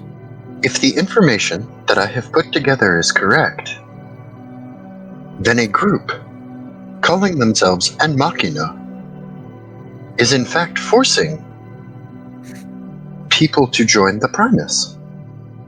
Well, I don't like that at all. More so to, They do not either. more so to provide power to the Primus. Sorry, you're cutting out. More so to provide power to the Primus, I believe. If the Primus requires more power,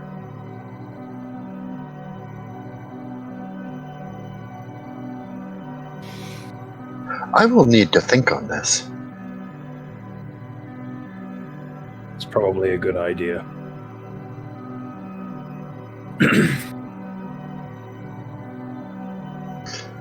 Do gods that you usually interact with require more power? Depends on the situation, I suppose. I wouldn't call it quite typical. A new god would need more support, more believers, most likely. Well, You can't established force one. people to do that.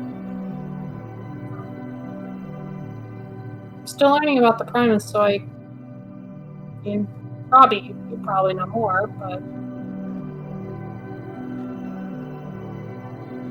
According to my time in the church district, and from what Terry said, the Primus is not a new god.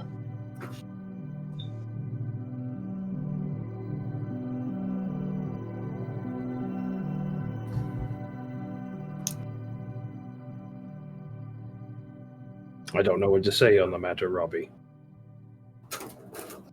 By the Thalia. way, where is Ronan? Thalia, give me a religion check, please. oh boy, oh boy.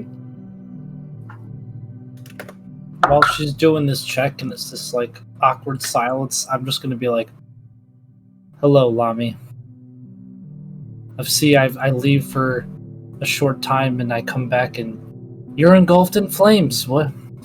It's kind of a long story. You see, Robbie was doing a thing. It didn't look like it was going so well, so I pulled Robbie away. Then I stabbed the ground with a bunch of magic things, and and it just kind of spiraled out of control from there.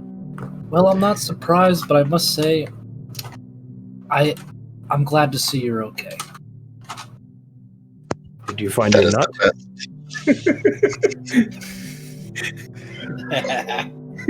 I'm just gonna like look at Thalia and just look back at him and be like, "We'll talk later." Thalia, what did you roll? It's an 8. An 8. Yep.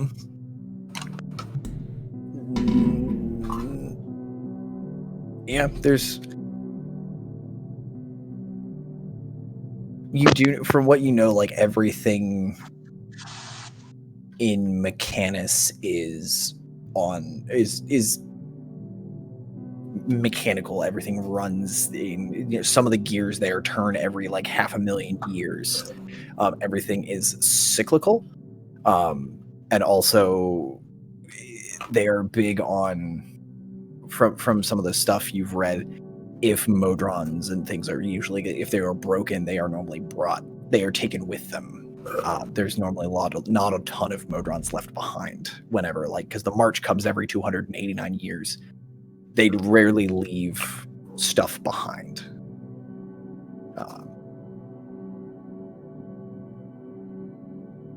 Ronan, have you rejoined the group? Because I think Latmi was asking. However, I don't know how long it takes to walk back from wherever I was. Yeah, we can have you. Has it been an hour yet? Not yet. Not yet? It's been probably 20-30 minutes. Okay. So you're still all shadowy and cool stuff. Yeah, Ronan comes over looking like he hugged a shadow and it's trying to get off his shoulders. So,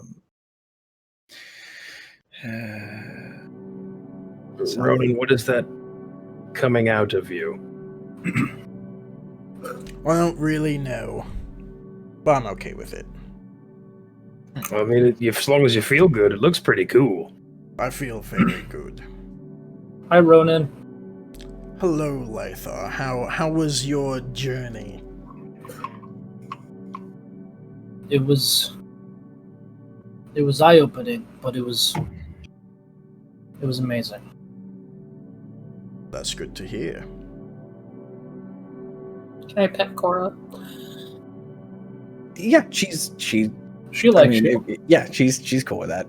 I was like, oh god, where's Cora? Where's Keeler? Pet the dog. Oh god, pet the dog. Dog needs love. Okay. I'm gonna pull out the I already forgot what it was, the flask thingy. Flask. And I'm gonna Silver flask with celestial writing. Yeah. I'm gonna kind of hold it out towards Thalia and just go, I think you missed this. Robbie perks way up at that. Where did you find that? In the sewers. And then I pull out of my pocket another flask with celestial writing on it. Identical. Can I read it? Mm-hmm. Why do you both have one of these? Where did I? It looked important, so I picked Mike, it up. do you have the translation written down? Oh, That's ways back, and I'm just like, I don't remember where. I don't remember. Out of character conversation. Scroll. I don't remember if that was a text message or a I think it was a text, not a Discord message. Side Crap. note, We text a lot. The long and short of this, what's on this flask, both of them say the exact same thing with different bottling dates. It's basically a flask of holy water from a that you would use to banish demons, or like it's primarily like sold to demon hunters for those kinds of things. As far as your like, this is top shelf holy water, designed like it's built for killing demons. dope. And Robbie and Ronan have identical flasks. Mike, did you find what it says? Looking for it. Let me look. You guys, You guys act and roleplay and do shit. Side note, you ever think to yourselves how many miles you scrolled with your thumb? Huh. Yeah, actually. No. I am now. So, Um, Rachel, I'm assuming I gave you the thing, so I'm removing it from my inventory. Okay. I'm assuming you I'm wanted it. Someone wanted it. Well, I wasn't gonna take. I mean, Ronan, this is really nice holy water. For context, it says across it basically says Holy Order of Exorcists, and then small. It has a bottle number, and then it says, "May this water bless and protect you from those who would seek to damn you." Is written on that, and I can put that for you, Rachel, if you want to write that down later. So you found this where? In the sewers. Where you went into the sewers earlier.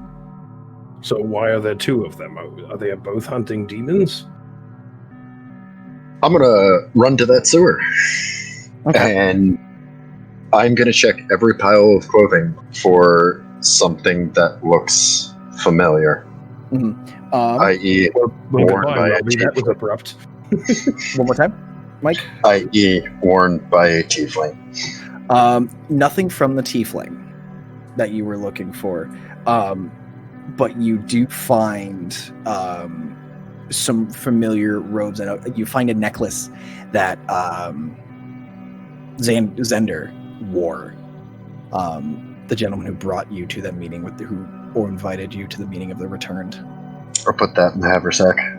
Okay. Tiefling. Have we seen a tiefling in this world before? Mm-hmm. Yes. There was one that was a guard when we first showed up. We saw their tail poking out from their armor. Huh. That was when our illustrious DM was like, this seems to be a city where all cultures and races are welcome. Strong building blocks. Well, they're still a pretty rare race. They're not everywhere. Correct.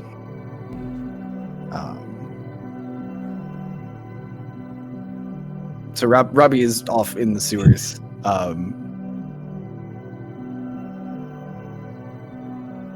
You can keep this if you want. I mean, I don't really Is it have a empty? Is there use. anything? Is it empty?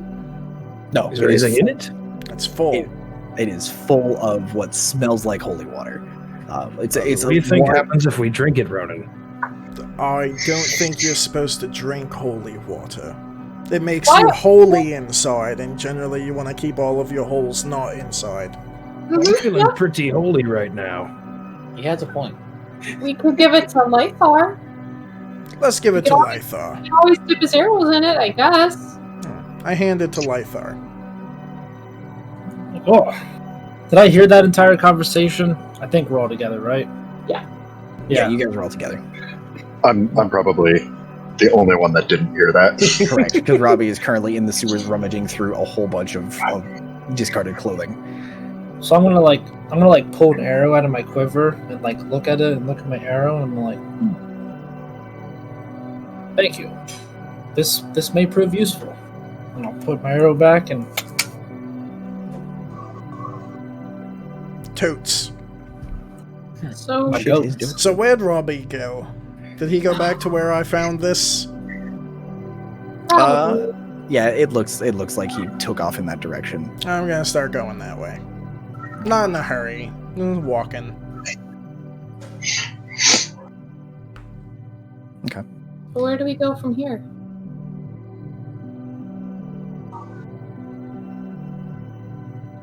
So I guess at about that point I can pop my head out of the sewer and just have it up. There is good news. I did not find the tiefling's clothing. There is bad news as well. I found another's.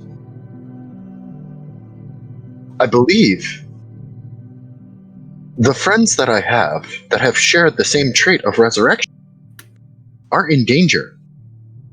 We may have already been told this.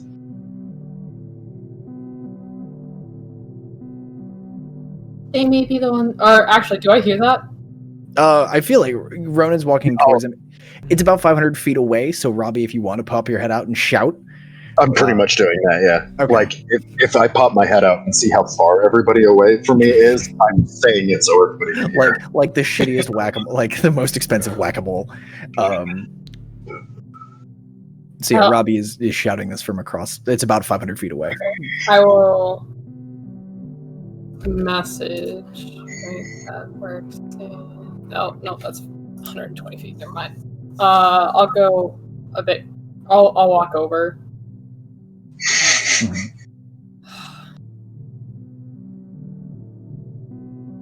Robbie, I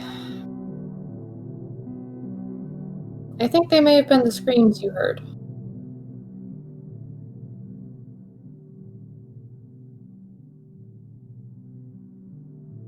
This will be difficult for me to process. I'm sorry. I believe you misunderstand. They have spoken with their gods. I do not know if that means that they are forced to speak with mine now, or if they have returned to theirs. And if they have returned to theirs, will theirs see them capable of having another chance?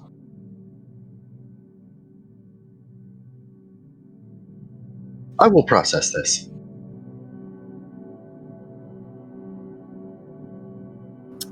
I'll walk back over. Is Atronics still in the center? Atronics has basically been muscled out by Ed and Frank and Maury. He's basically been boxed out of what the hell's happening in the center, and the shields have finally stood up from their benediction and are beginning to move towards the center as well. Just checking the area, making sure that everything is as safe as it could possibly be. You do see two of them go to pick up the manhole cover, and Ed's hand goes up and goes, No, don't touch that. Leave that there. I'm coming back for it. You leave that right the hell there. And they're just like, oh, they kind of look at each other and look and put it down. He goes, turn it. Found it exactly the way you found it. Thank you. Perfect. And goes back to his notes. Atronics sees all this, and he looks frustrated. He definitely looks a little miffed.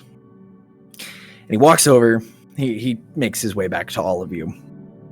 And he goes, okay, so that's two impossible things I've seen in the last. And he pulls out like a pocket sundial and looks at it and goes, all right, the past hour, I've seen two impossible things. In the last day, I've seen three. What the hell, in all of the hells, what in every single particular space in hell is going on? I don't know, man. You just kind of go with the flow. I'm gonna hold out one of the Brotherhood badges.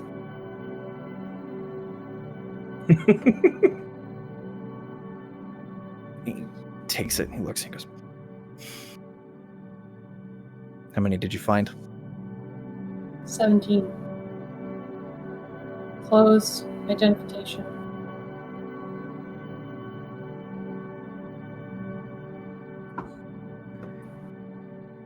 Shit. Well, that's not great. If only some of them were missing. If we had found some of them, that means there'd be some alive, but it's not great. There's other belongings down where I found them, but...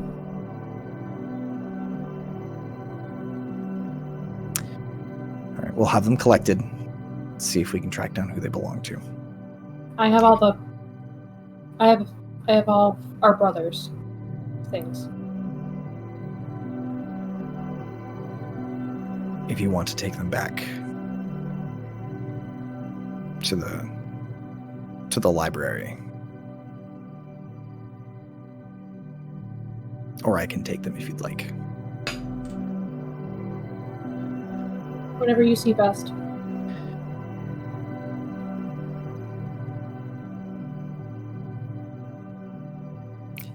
You found them. I think you should take them back. But if you don't want to, I'd be happy to help. And there's a kind of a sad smile. And he says, I know I've been in your shoes. It doesn't get easier, but I'm sorry.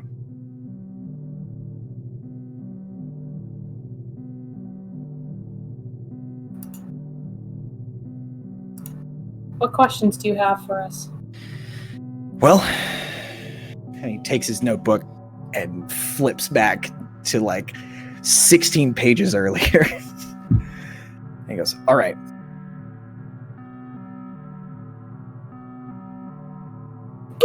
Who attacked? So, Mayor filled me in on your attack, getting attacked by a bunch of ruffians in the city center. They had a machine, blah, blah, blah. And then who dropped a machine on them? Not it. Somebody dropped a machine. I don't... Who was that? Am I with the rest of the party right now? Can I hear him ask this question? Yeah, I feel like you can hear him ask this question. Hello. Ranking designation not accepted. I'm not asking for... I just want to know who dropped a fucking inevitable in the middle of the city. A what? Please Tommy, repeat what did you former do? statement. Oh, who? Who's inevitable? From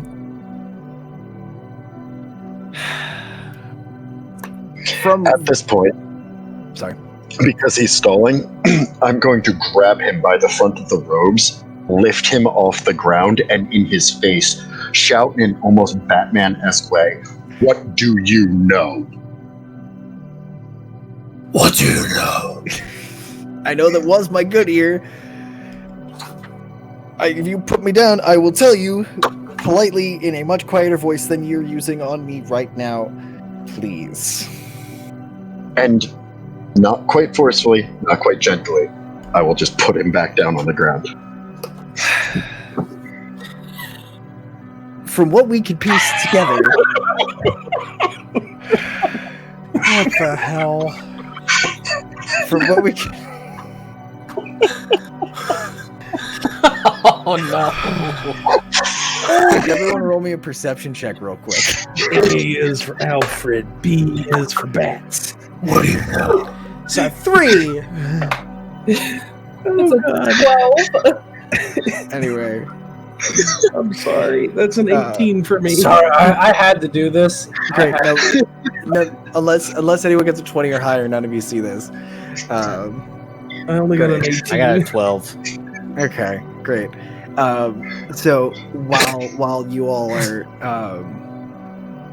Robbie, when you set him down and kind of dusts off the front of his robes, and he goes, from the sketch, from the depiction that we got from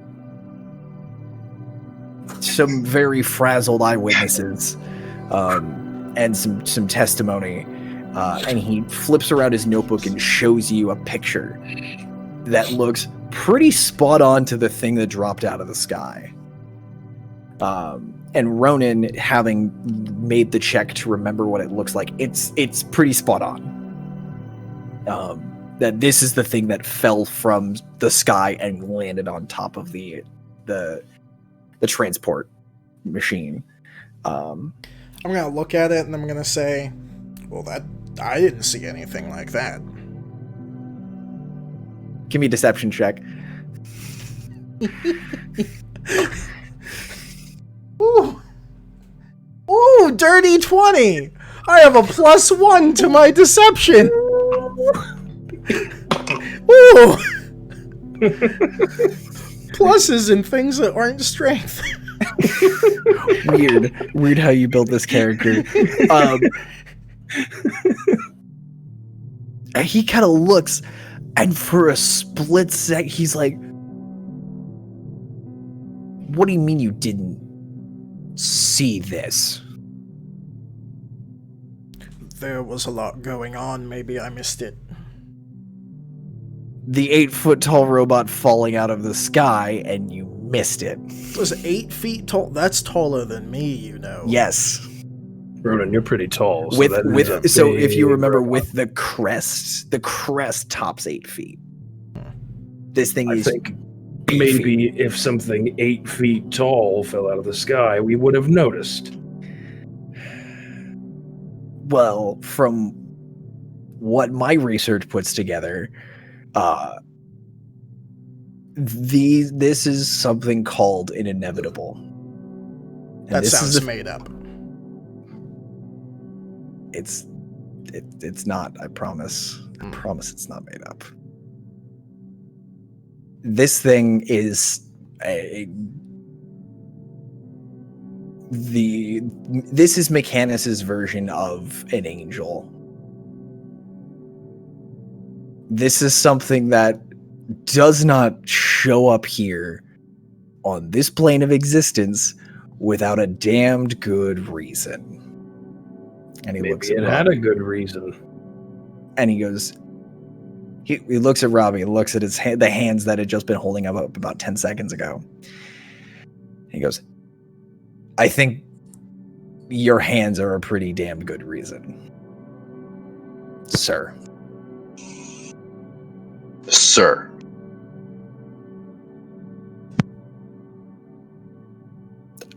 I don't know what rank you have, so I'm assuming officer, sir. With respect. Looking back, and he kind of looks back over at the center where Maury, you've come back and rejoined the group after spending time with Ed, kind of digging around the site and seeing two of your friends be basically engulfed in a pillar of fire. Then the pillar went away. Lamy took off his chest piece, threw it on the ground, and it melted. So you and Ed basically muscled Atronics out of the zone and were examining this, and also the manhole cover that Ronan threw into the ring. So that's what you're currently doing. If you want to keep doing that, or if you want to rejoin the group, you may. Sure, I'll keep doing that because I'm a little lost, but it's okay. Okay, you're good. You also missed the Lythar soap opera, but that's in response to Atronics, and this one is actually for Ed. I'm going to cock my head to the side, look at him, and go, I'm sorry. I work for a living. And Oof. That's it. Right.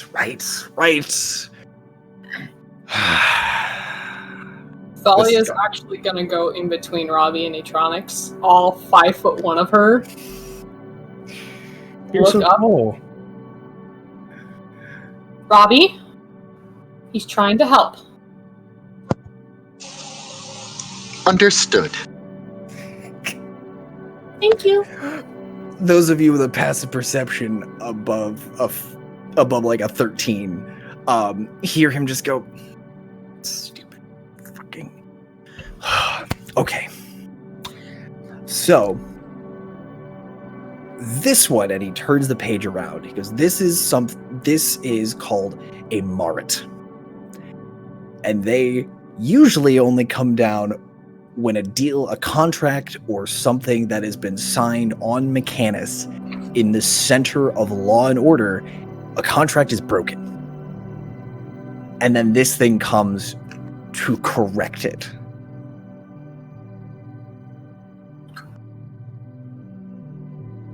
Robert, Again, did you sign a contract?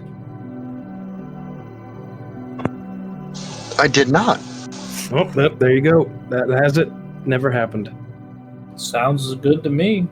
That makes perfect sense to me. My question is why it's here, but I feel like that answer is going to be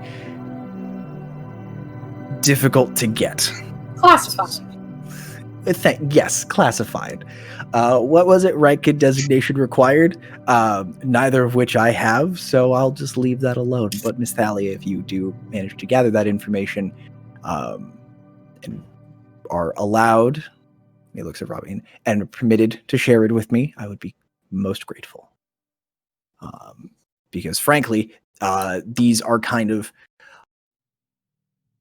the only record we have of these things is from planar explorers going to Mechanus and seeing them.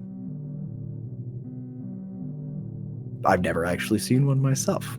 So that was a first for me. Let me see, second, and he starts flipping through. He goes, yeah, there was a ghost. That's fine. We moved past the ghost thing. The owlbear. The owlbear just showed up in the middle of the city, assuming that was you. When he says that, I'm gonna go, woo! Yes. Owlbears. Yes, they do often make that sound. Yes. I can speak to them. Just ask them. Cora throws some side eye that only a dog that loves you to death can throw. Just that.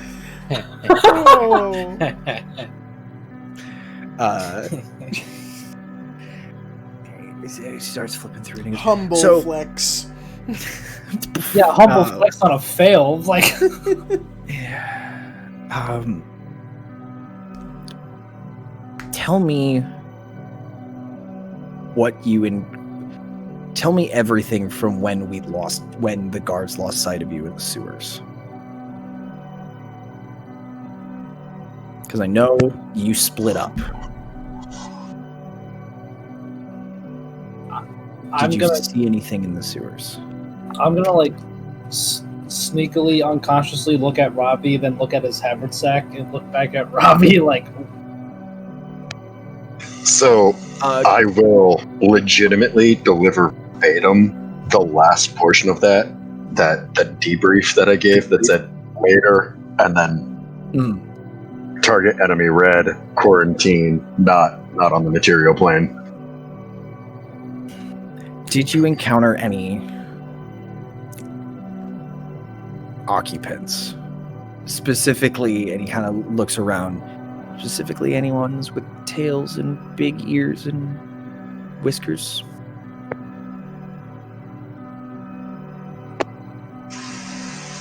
And I,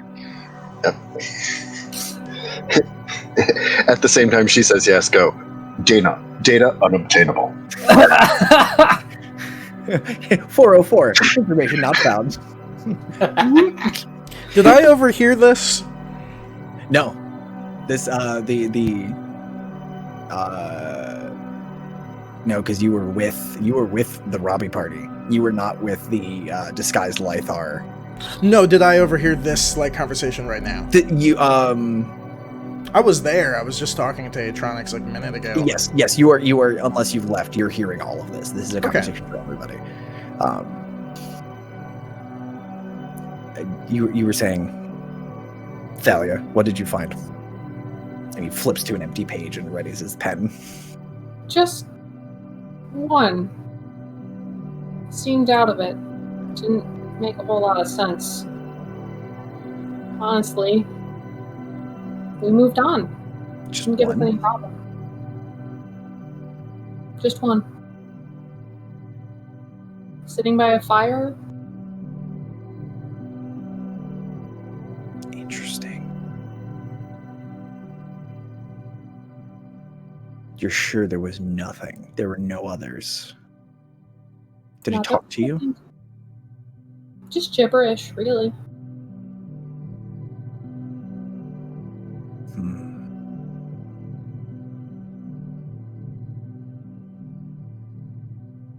Interesting. Are you lying to him about the note that? Yes, I am. Cool. Give me a deception check, please.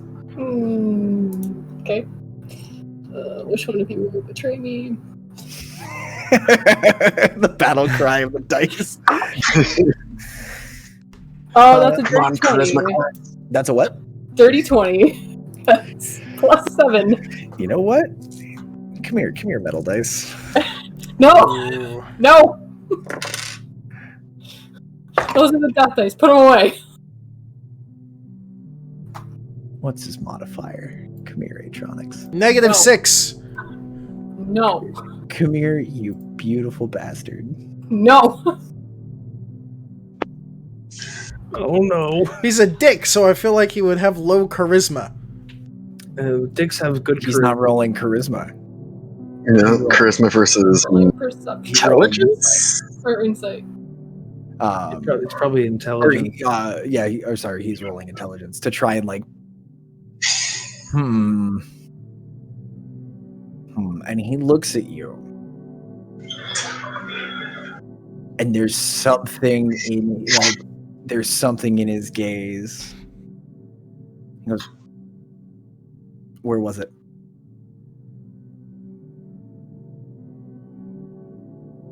Was it between the? It's between the false door, but then it was on the other way, the other side, and then we went through a right, and then we took a left, and then was there a tunnel? I'd have to look at a map. He flips a page. He goes, 1 second, flips back a couple of pages, shows you a map. It goes, and there's the door to Corimvor. To Durganvor. The door to Durganvor with Cor inside. The door to Durganvor under Corimvor is marked. It's all written out in very fine, tiny handwriting because it's a lot to write down. He goes, "Here's the door. Can you work your way back from here?"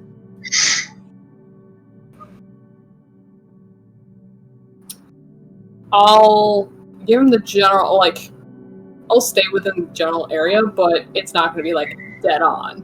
You're not going to be like, he was here, but are you still tracing your path?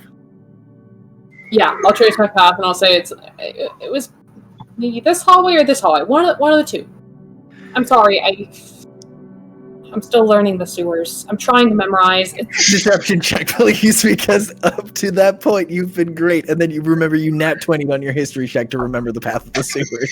That is the only reason you're getting a check here, because that is a bold-faced lie. I would like to pay special attention to this map.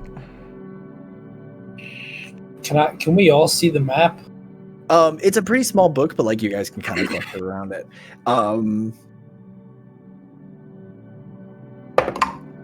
What'd you get? 19.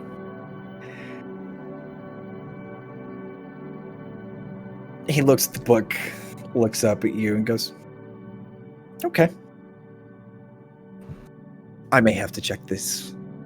See if you said there was just one. Just one. See if he's still there. I hope you find him. I hope It was so too. kind of dumb luck that we did. I hope so too. Now, we did the ambush, the arms in quarantine. We talked about that.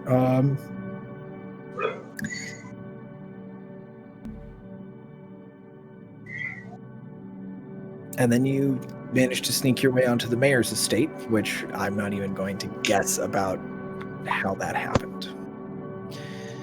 So, I guess that's all I have.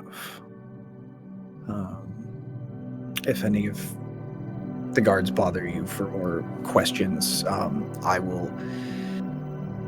Since Bartholomew and I are leading this investigation, and he looks to Lamy in his new, kind of swaddled half tunic with plate mail legs and arms, and his full tower shield, and he goes, I feel like I will be a better point of contact for this. If we have any further questions, we will find you.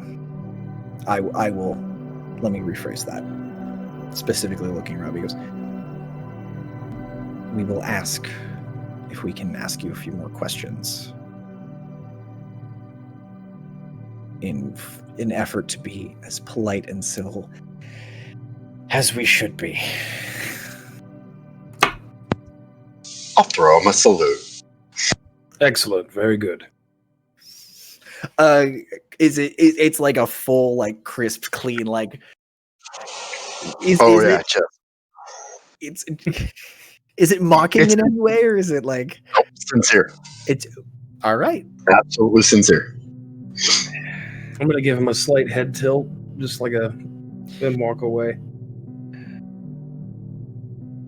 All right. Well, I guess I have to figure out. Alvaron's gonna be pissed.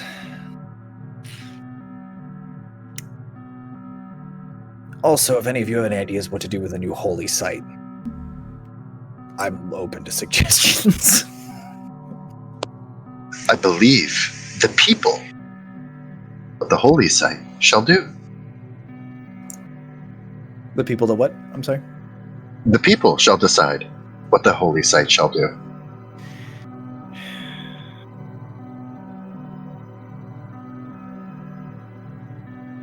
That's not a bad idea. Well, you are all free to go. Thank you again for your...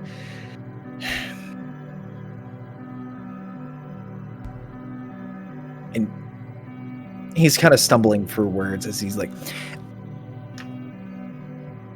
I'm not sure if involvement is the correct term.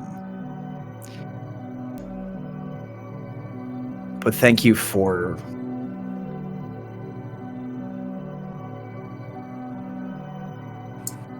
your cooperation and Oh, he's so boring, and I walk away. Hey, I was already walking away. yeah, this is for the people who didn't walk away. He's like, listen, Ergin and I did not see eye to eye ever, pretty much ever. I'm going to immensely get angry as soon as he says that. Like, you can see it on my face. Ergin and I did not see eye to eye on pretty much anything.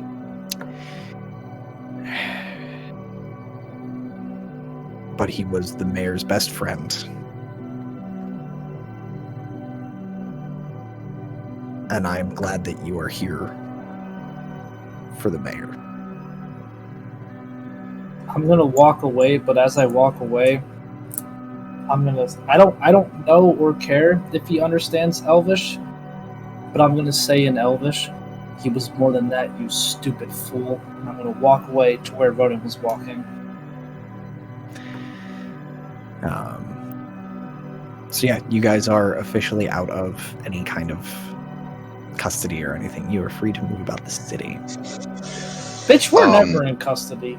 I do want Do you see how large our party is? I do want to catch up with the party and try to address everybody as a whole.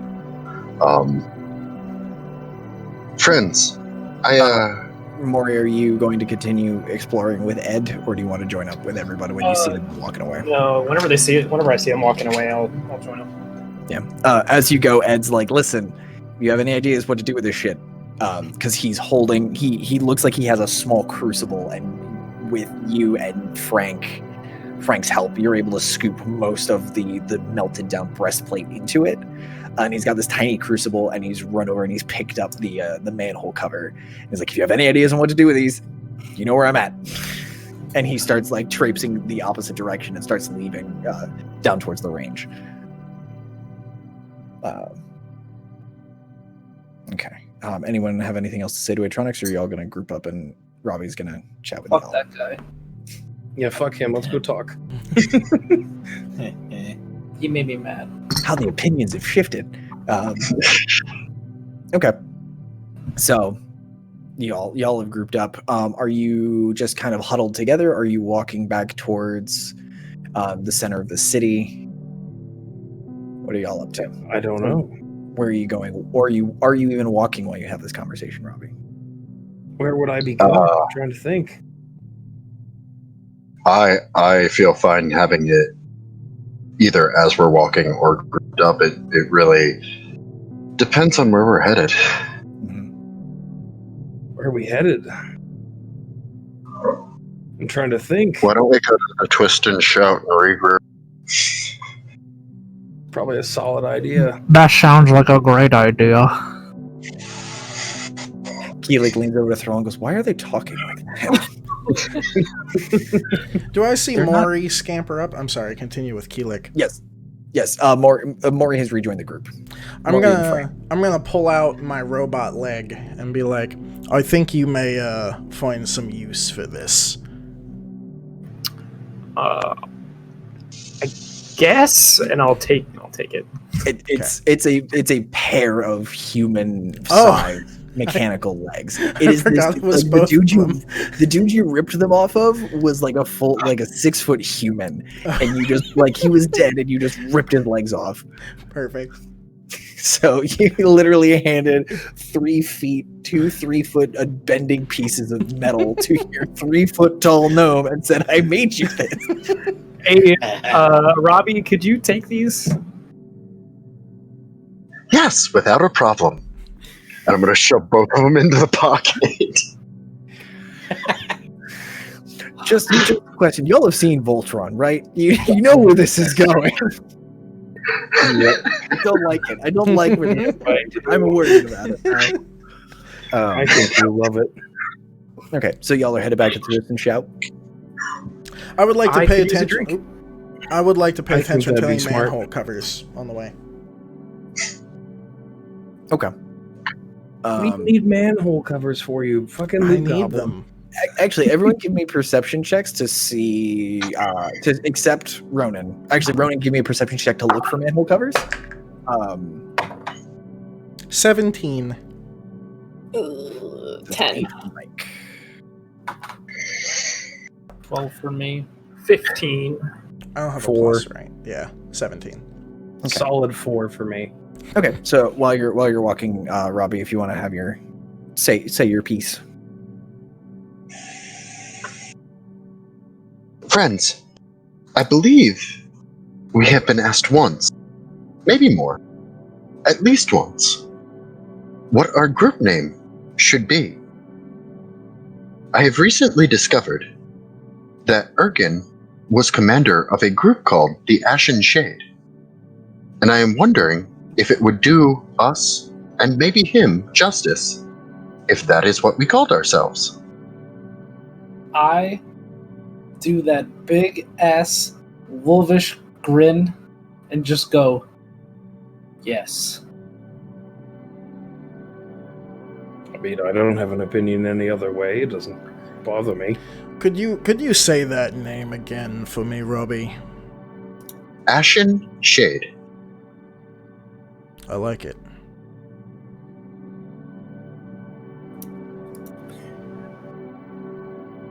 I'm gonna look down for Cora's approval. She's just happy. At this point, she's happy to go along for the walk, but she seems invested in it. You seem pretty happy about it, so she's happy about it. I would like to point out that when I say the words Ashen Shade, I look directly at Thalia. Ooh. He would have hated it. Would have driven him up a wall, but be nice to honor him.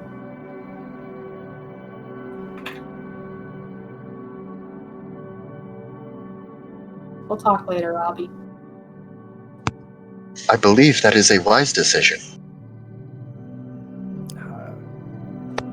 As you all continue walking, Ronan, you spot a manhole cover in the sewers. I would like to make a mental note of where it is. Okay, make a history check for me. Or history or intelligence if you're not proficient in history. Or like if you're proficient in history. I'm not. So, or intelligence, which is also It'll be 0. the same thing. Yeah, so that's 11. Yeah, Okay. 11. Okay. You're pretty sure you know where it is. Okay. As you guys keep making your way back to the Twist and Shout. Maury, you said you rolled a 15. Yeah. On your perception. You notice that Ronan is looking around a little more.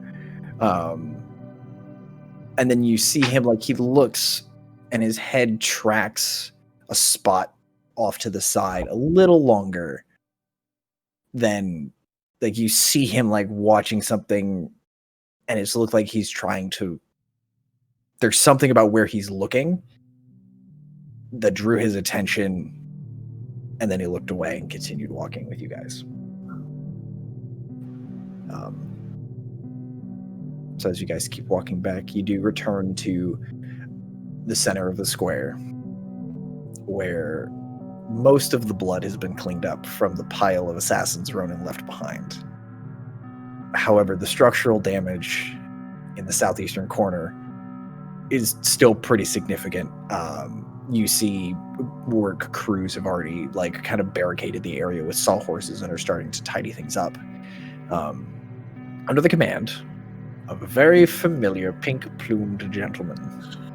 Oh, jeez. You hear him working with the guards to keep the area. He's like, "Oh no, keep the citizens back. This is not a safe place. We need to make sure nobody falls in. There's monsters and worse in these sewers. And these days, this whole city's gone to hell." And as you get closer, you do see that he's added a few new feathers to his plume that look very reminiscent of a very large half bear, half owl-like creature. Man bear pig. And he also has what looks like a half cape that's made out of the pelt of this owl bear, and he's standing there, and he seems still very professional, but his stride has a little more swagger to it than it did previously. Has any of that cape turned slightly metallic?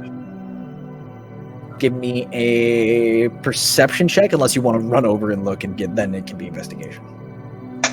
I'll do perception from here. Take a quick peek. Oh, that's a 7, so...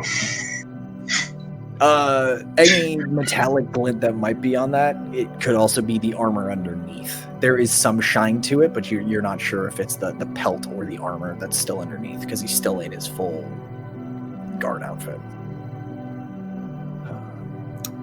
Once we get near the Brotherhood, I'm going to part ways with the party. Okay. Yeah, we are at we're in the square with the Brotherhood, right outside. So you're gonna go inside. Okay. I'm gonna take a note and be like, Thalia, where are you going? I need some time. Okay. If you don't mind me asking, where did you encounter that rat man? You didn't tell us about it before. Oh, we didn't? No. Oh, In everyone's defense, it's been a little busy. Has been. it was on our way the long way, and Lythar, do you still have that note? What? Do you still have the note that he gave us? Yes. I'm assuming I do, because I totally remember all of that, and I have it in my pocket. Is it in your character sheet? Doesn't exist. No, but I do remember that now.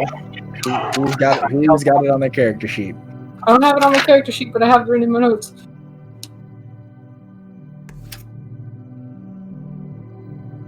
I have rat meat to set a fire, tells us the seer said he beat his destiny here and gives Lythar a piece of paper. So far the words that I think Thrall figured out were Doom, Redtail, fled the city, Grey Seer, usual routes. From 6-4. See, that's almost a month ago. You expect me to know what's going on That's a why month you ago? add things to your character sheet. Notes. I still have my fucking cloaker hide that I don't know where the fuck it is now on there to remind me that I had one once. I still got rock feathers. It's I still zoned out. It's still in the tannery, Chris. You have to go pick it up. Okay. So yeah, Lythar, you do have a note that's written in some kind of cipher. Right, that's it. Can I take another look? Okay.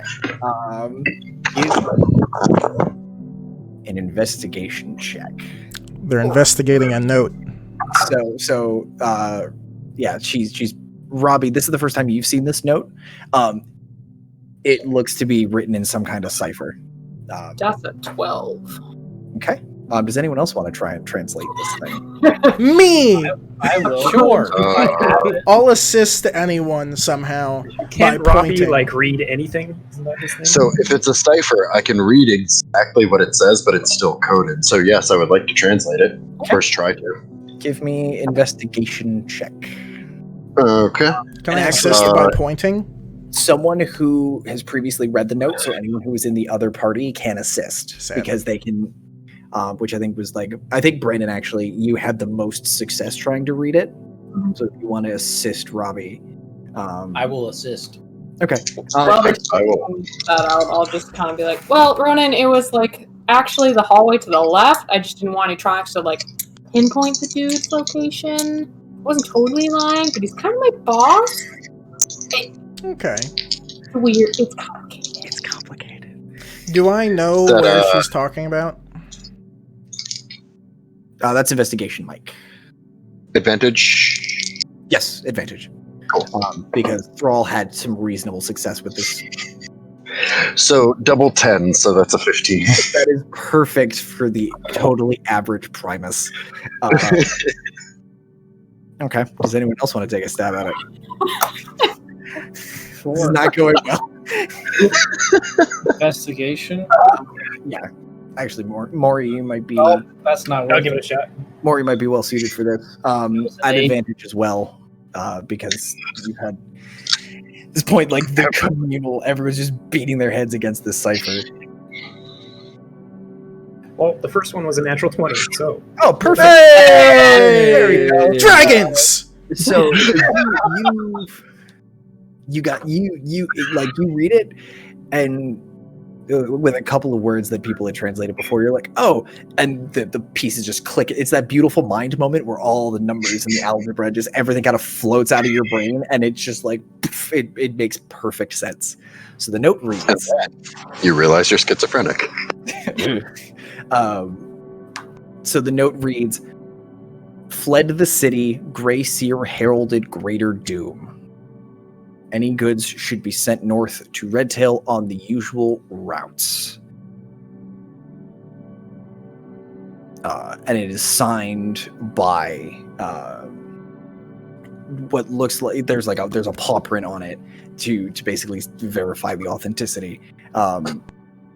Cora write this? No, Cora did not write this.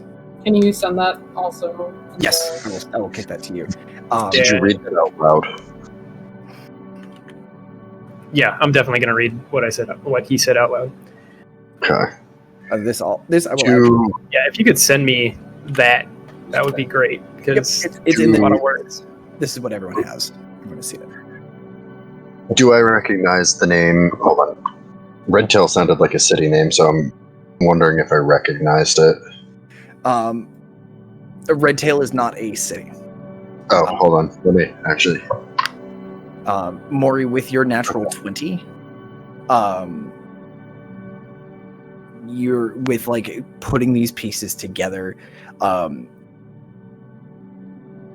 and from like putting all of these kind of pieces together, you kind of get the idea that like this person was left behind to give this note to either any people who were leaving the city late. But it seems like all of the like this note is left behind is basically like to any. It's a note you leave behind when you never expect to come back, and anyone who finds it needs to know where to regroup with you. It sounds like it's somewhere where like a group would meet up. And actually, with a 20, there's some kind of impression left, like kind of underneath. It's kind of one of those things where, like, if you ran a pencil across it, there'd be like a line or something. But it looks like an ink transfer of a map is on the reverse side, and when you flip it over, you see a city name. What city was it? You see a city called Eastoff on the back. Stuff. Weestoff? EASTOFF. TOFT. Got I it. kind of like hold it in the light so people can see it. Does Eastoff sound familiar to anybody? Yes. Yes. Why does it sound familiar to you, Ronan? I know it well. Okay. So they're under Eastoff. Question. What direction is it from here? I would assume it's north. It is pretty heavily north. Like due north? Not necessarily due north. It's definitely up in the more mountainous regions. It would take a good amount of time to travel there.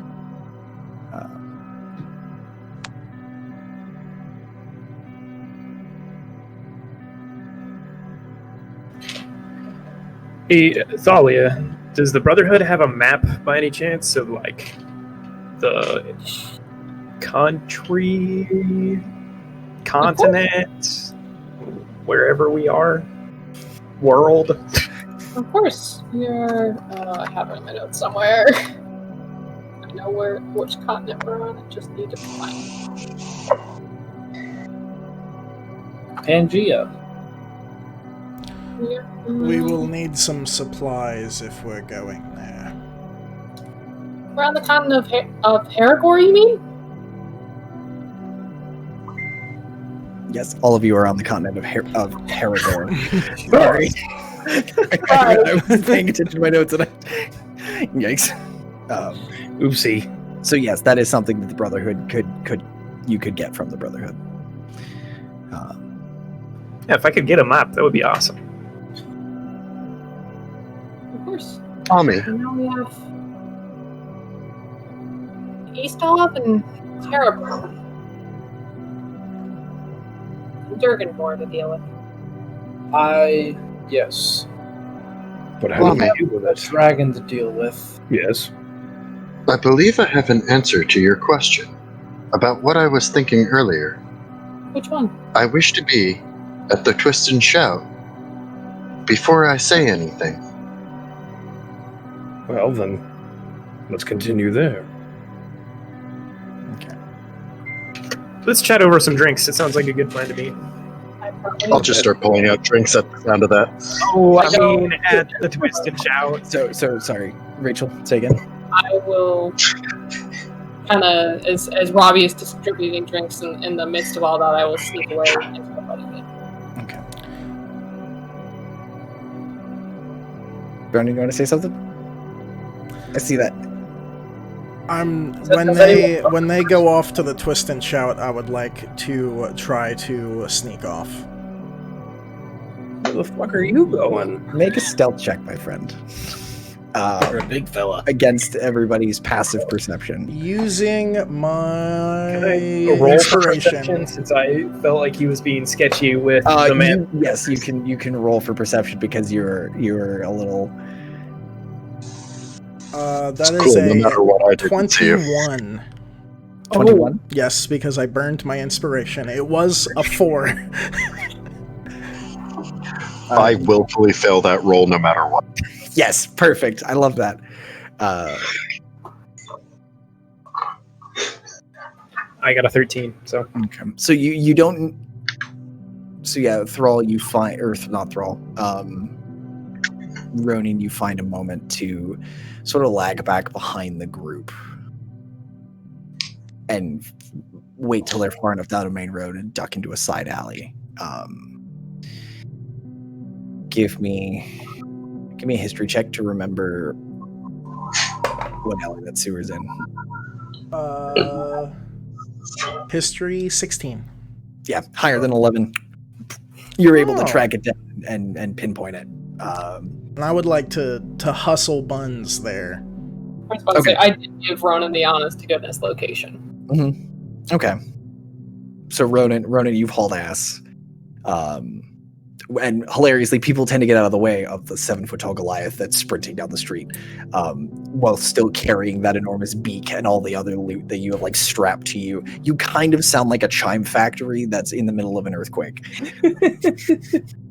But you run, you find this sewer. Where are you going? Going down the sewer. So like you get down, you're down in the sewers. Are you going to where the rat was? Yes, but first I'm going to find a nice little niche and put down a bunch of my loot goblin loot. Okay. So I'm going to write down instead of kick from my inventory. Yep. Okay. So yeah, you're just putting down like a lot of your bigger stuff. Yeah, like the beak, for example. Okay. So you're just trying to move quiet. Yeah. Okay. Basically, like, kind of what are you keeping is the main question. God, Chris, I've never looked at your inventory. Everything. There's a lot. I'm keeping the cube, my torches, tinderbox. I'm getting rid of everything like short swords, Everything that long is not a swords. weapon you're going to actively kill people with. Yeah. Okay. Yeah, I'm getting rid of the beak. You're dumping all of the accoutrements and you're just going Yes. like old school barbarian. Perfect. Yes. That's all I need to hear. Okay. Okay. So Ronan's making his way, has dropped all of his gear in a dry, relatively poop-free spot. And Got like 120 hit points right now. You could just drop everything. Ronan, It's probably been an hour though. it's been about an hour. The hit points are starting, so like that magical boost is starting to fade. Mm-hmm. But now your blood is up. And tell me what Ronan is feeling as he strips off all of this extra stuff and starts hunting through the sewers.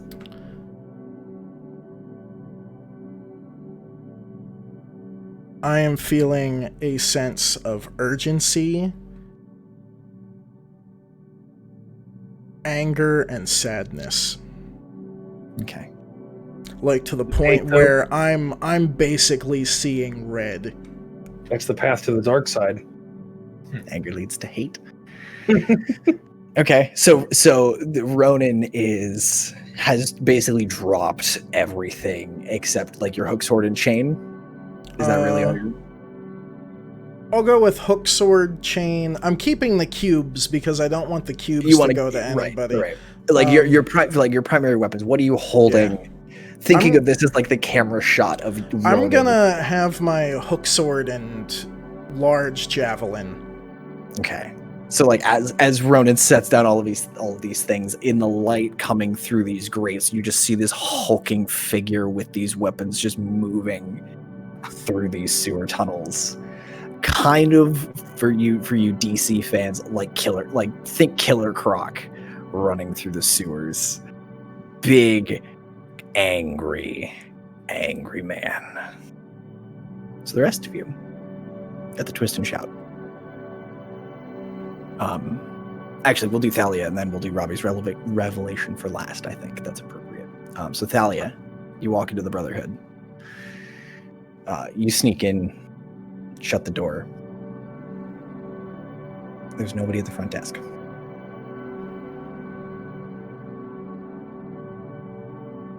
There's always someone at the front desk, usually, right? Usually. So as you're standing there, there's that split second of what's wrong. And then you hear sort of a bell chime, and a Brotherhood member bustles in from the side, and he's like, "I'm so sorry. I drank way too much water this morning. Sorry. Hi, can I help you?" I need to talk to whoever my boss's boss was. Or... It basically like the head of the order. Yeah. Hershkin Bershkin. Why? Okay, can I tell him why you need to see him? I have information about the 17.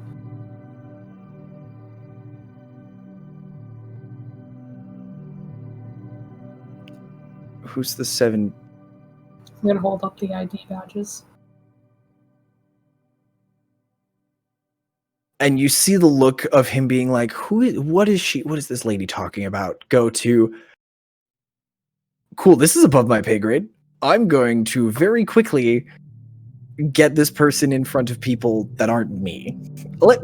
He goes, give me 1 second. And he ducks his head and he's like, can we you hear a scuffle, and you hear him talking to someone. He goes, a bunch of IDs, I don't know what's happening, but she wants to see the head librarian, like that's it, that's all I know.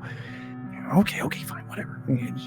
And he comes out and he's all smiles, his customer service face, with it's a little more genuine because you're a member of the Brotherhood, but it's definitely like there's professionalism in place rather than pure friendliness. He's like, someone will be right here to take you to the head librarian. Just wait here for 1 moment. So at the Twist and Shout, the rest of you have all made it to the Twist and Shout. You walk in, and Adam is there behind the bar as usual. At this point it's like 2-3 in the afternoon. So not a huge. This is the lull in the bar and kitchen thing because it's between lunch and dinner. And you see Adam and you see Evelyn standing in the bar, and they're chatting pretty amiably over what looks like the remains of like a steak sandwich.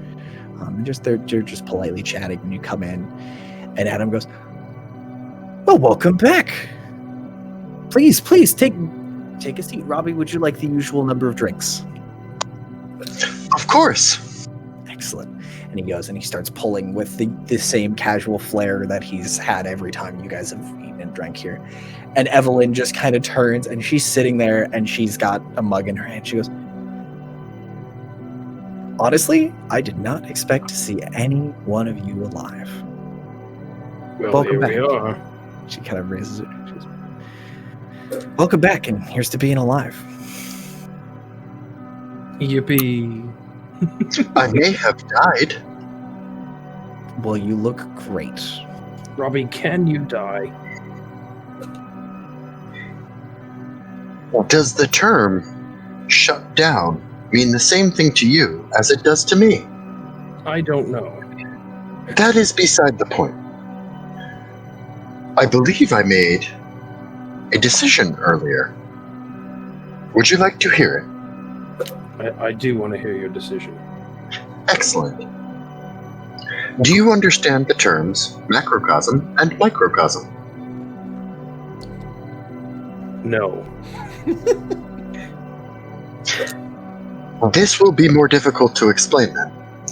What But do those words mean? a microcosm is a small-scale version of a macrocosm, in the simplest put terms. Literally, the simplest. One is tiny and one is big. Correct. Now, to extrapolate.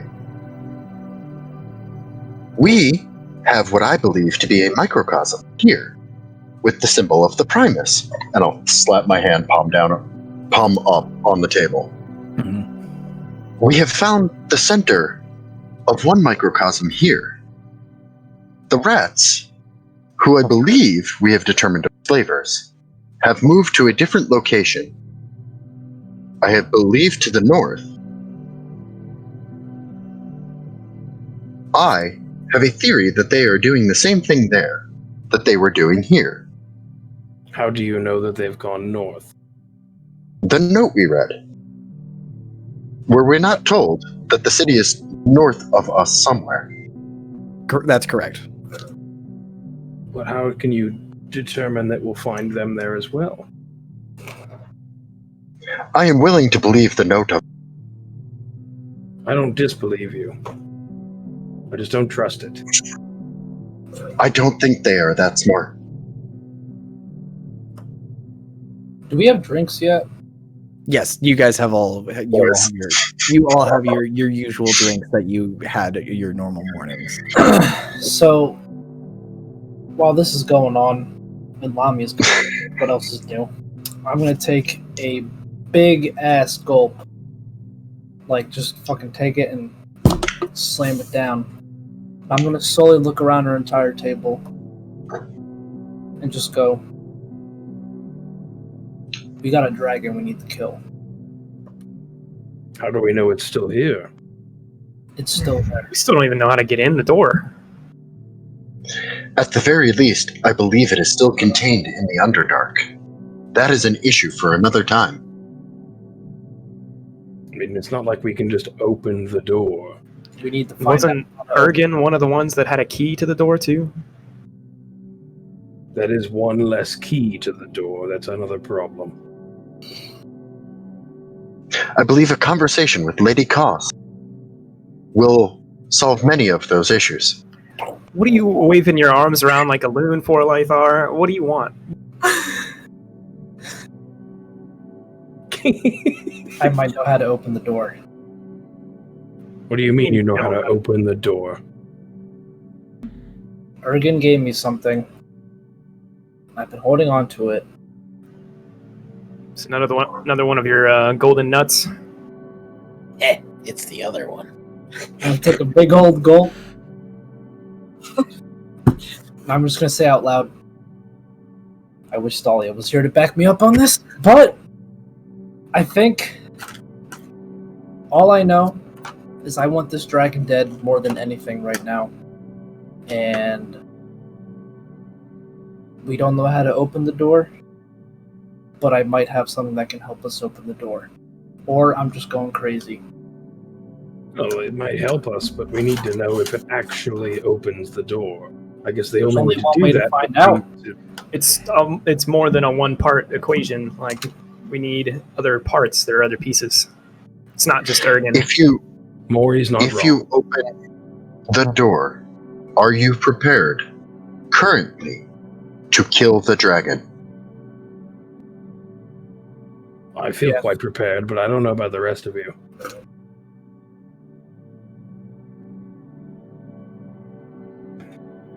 Dragons are no small thing to deal with.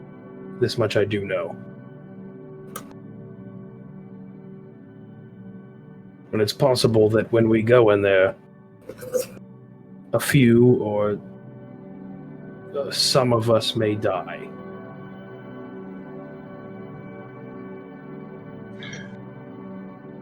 With experience in resurrection, I don't believe I am scared of death. I'm not either, Robbie. Excellent. Neither am I. Back to the macrocosm, if you will. Sure, the big one. I believe, outside of the point that we are at currently, there will be at least 8 other cities that see the same pattern that this one has. And I believe the rats are our key to finding them. 8 other cities. We'll be traveling halfway across the world then. If not the entirety of it. And that, I think, is an excellent opportunity to call it for the night. Hey. Because there's not a better tagline than that in the episode. I'm gonna go finish my bath. In the bath again. Lami's back in the tub. Lami's going to go to war in that tub. Lami, I would let Magic Combat apply for a tub. It would not move very quickly. Last time I didn't get to finish it. You took an hour-long bath. You're Doesn't fine. count. I needed time. Get that poop stank. So, lovely game. A lot of talking, not a lot of rolling, but a lot of catching up. Answering a couple of questions some people have been sitting on for a little while, and also some questions that I'm like, yeah, does everyone know about this? Let's make sure everyone knows about this. So, thank y'all for a lovely game, and we'll see y'all next week. Bye, internet. Bye.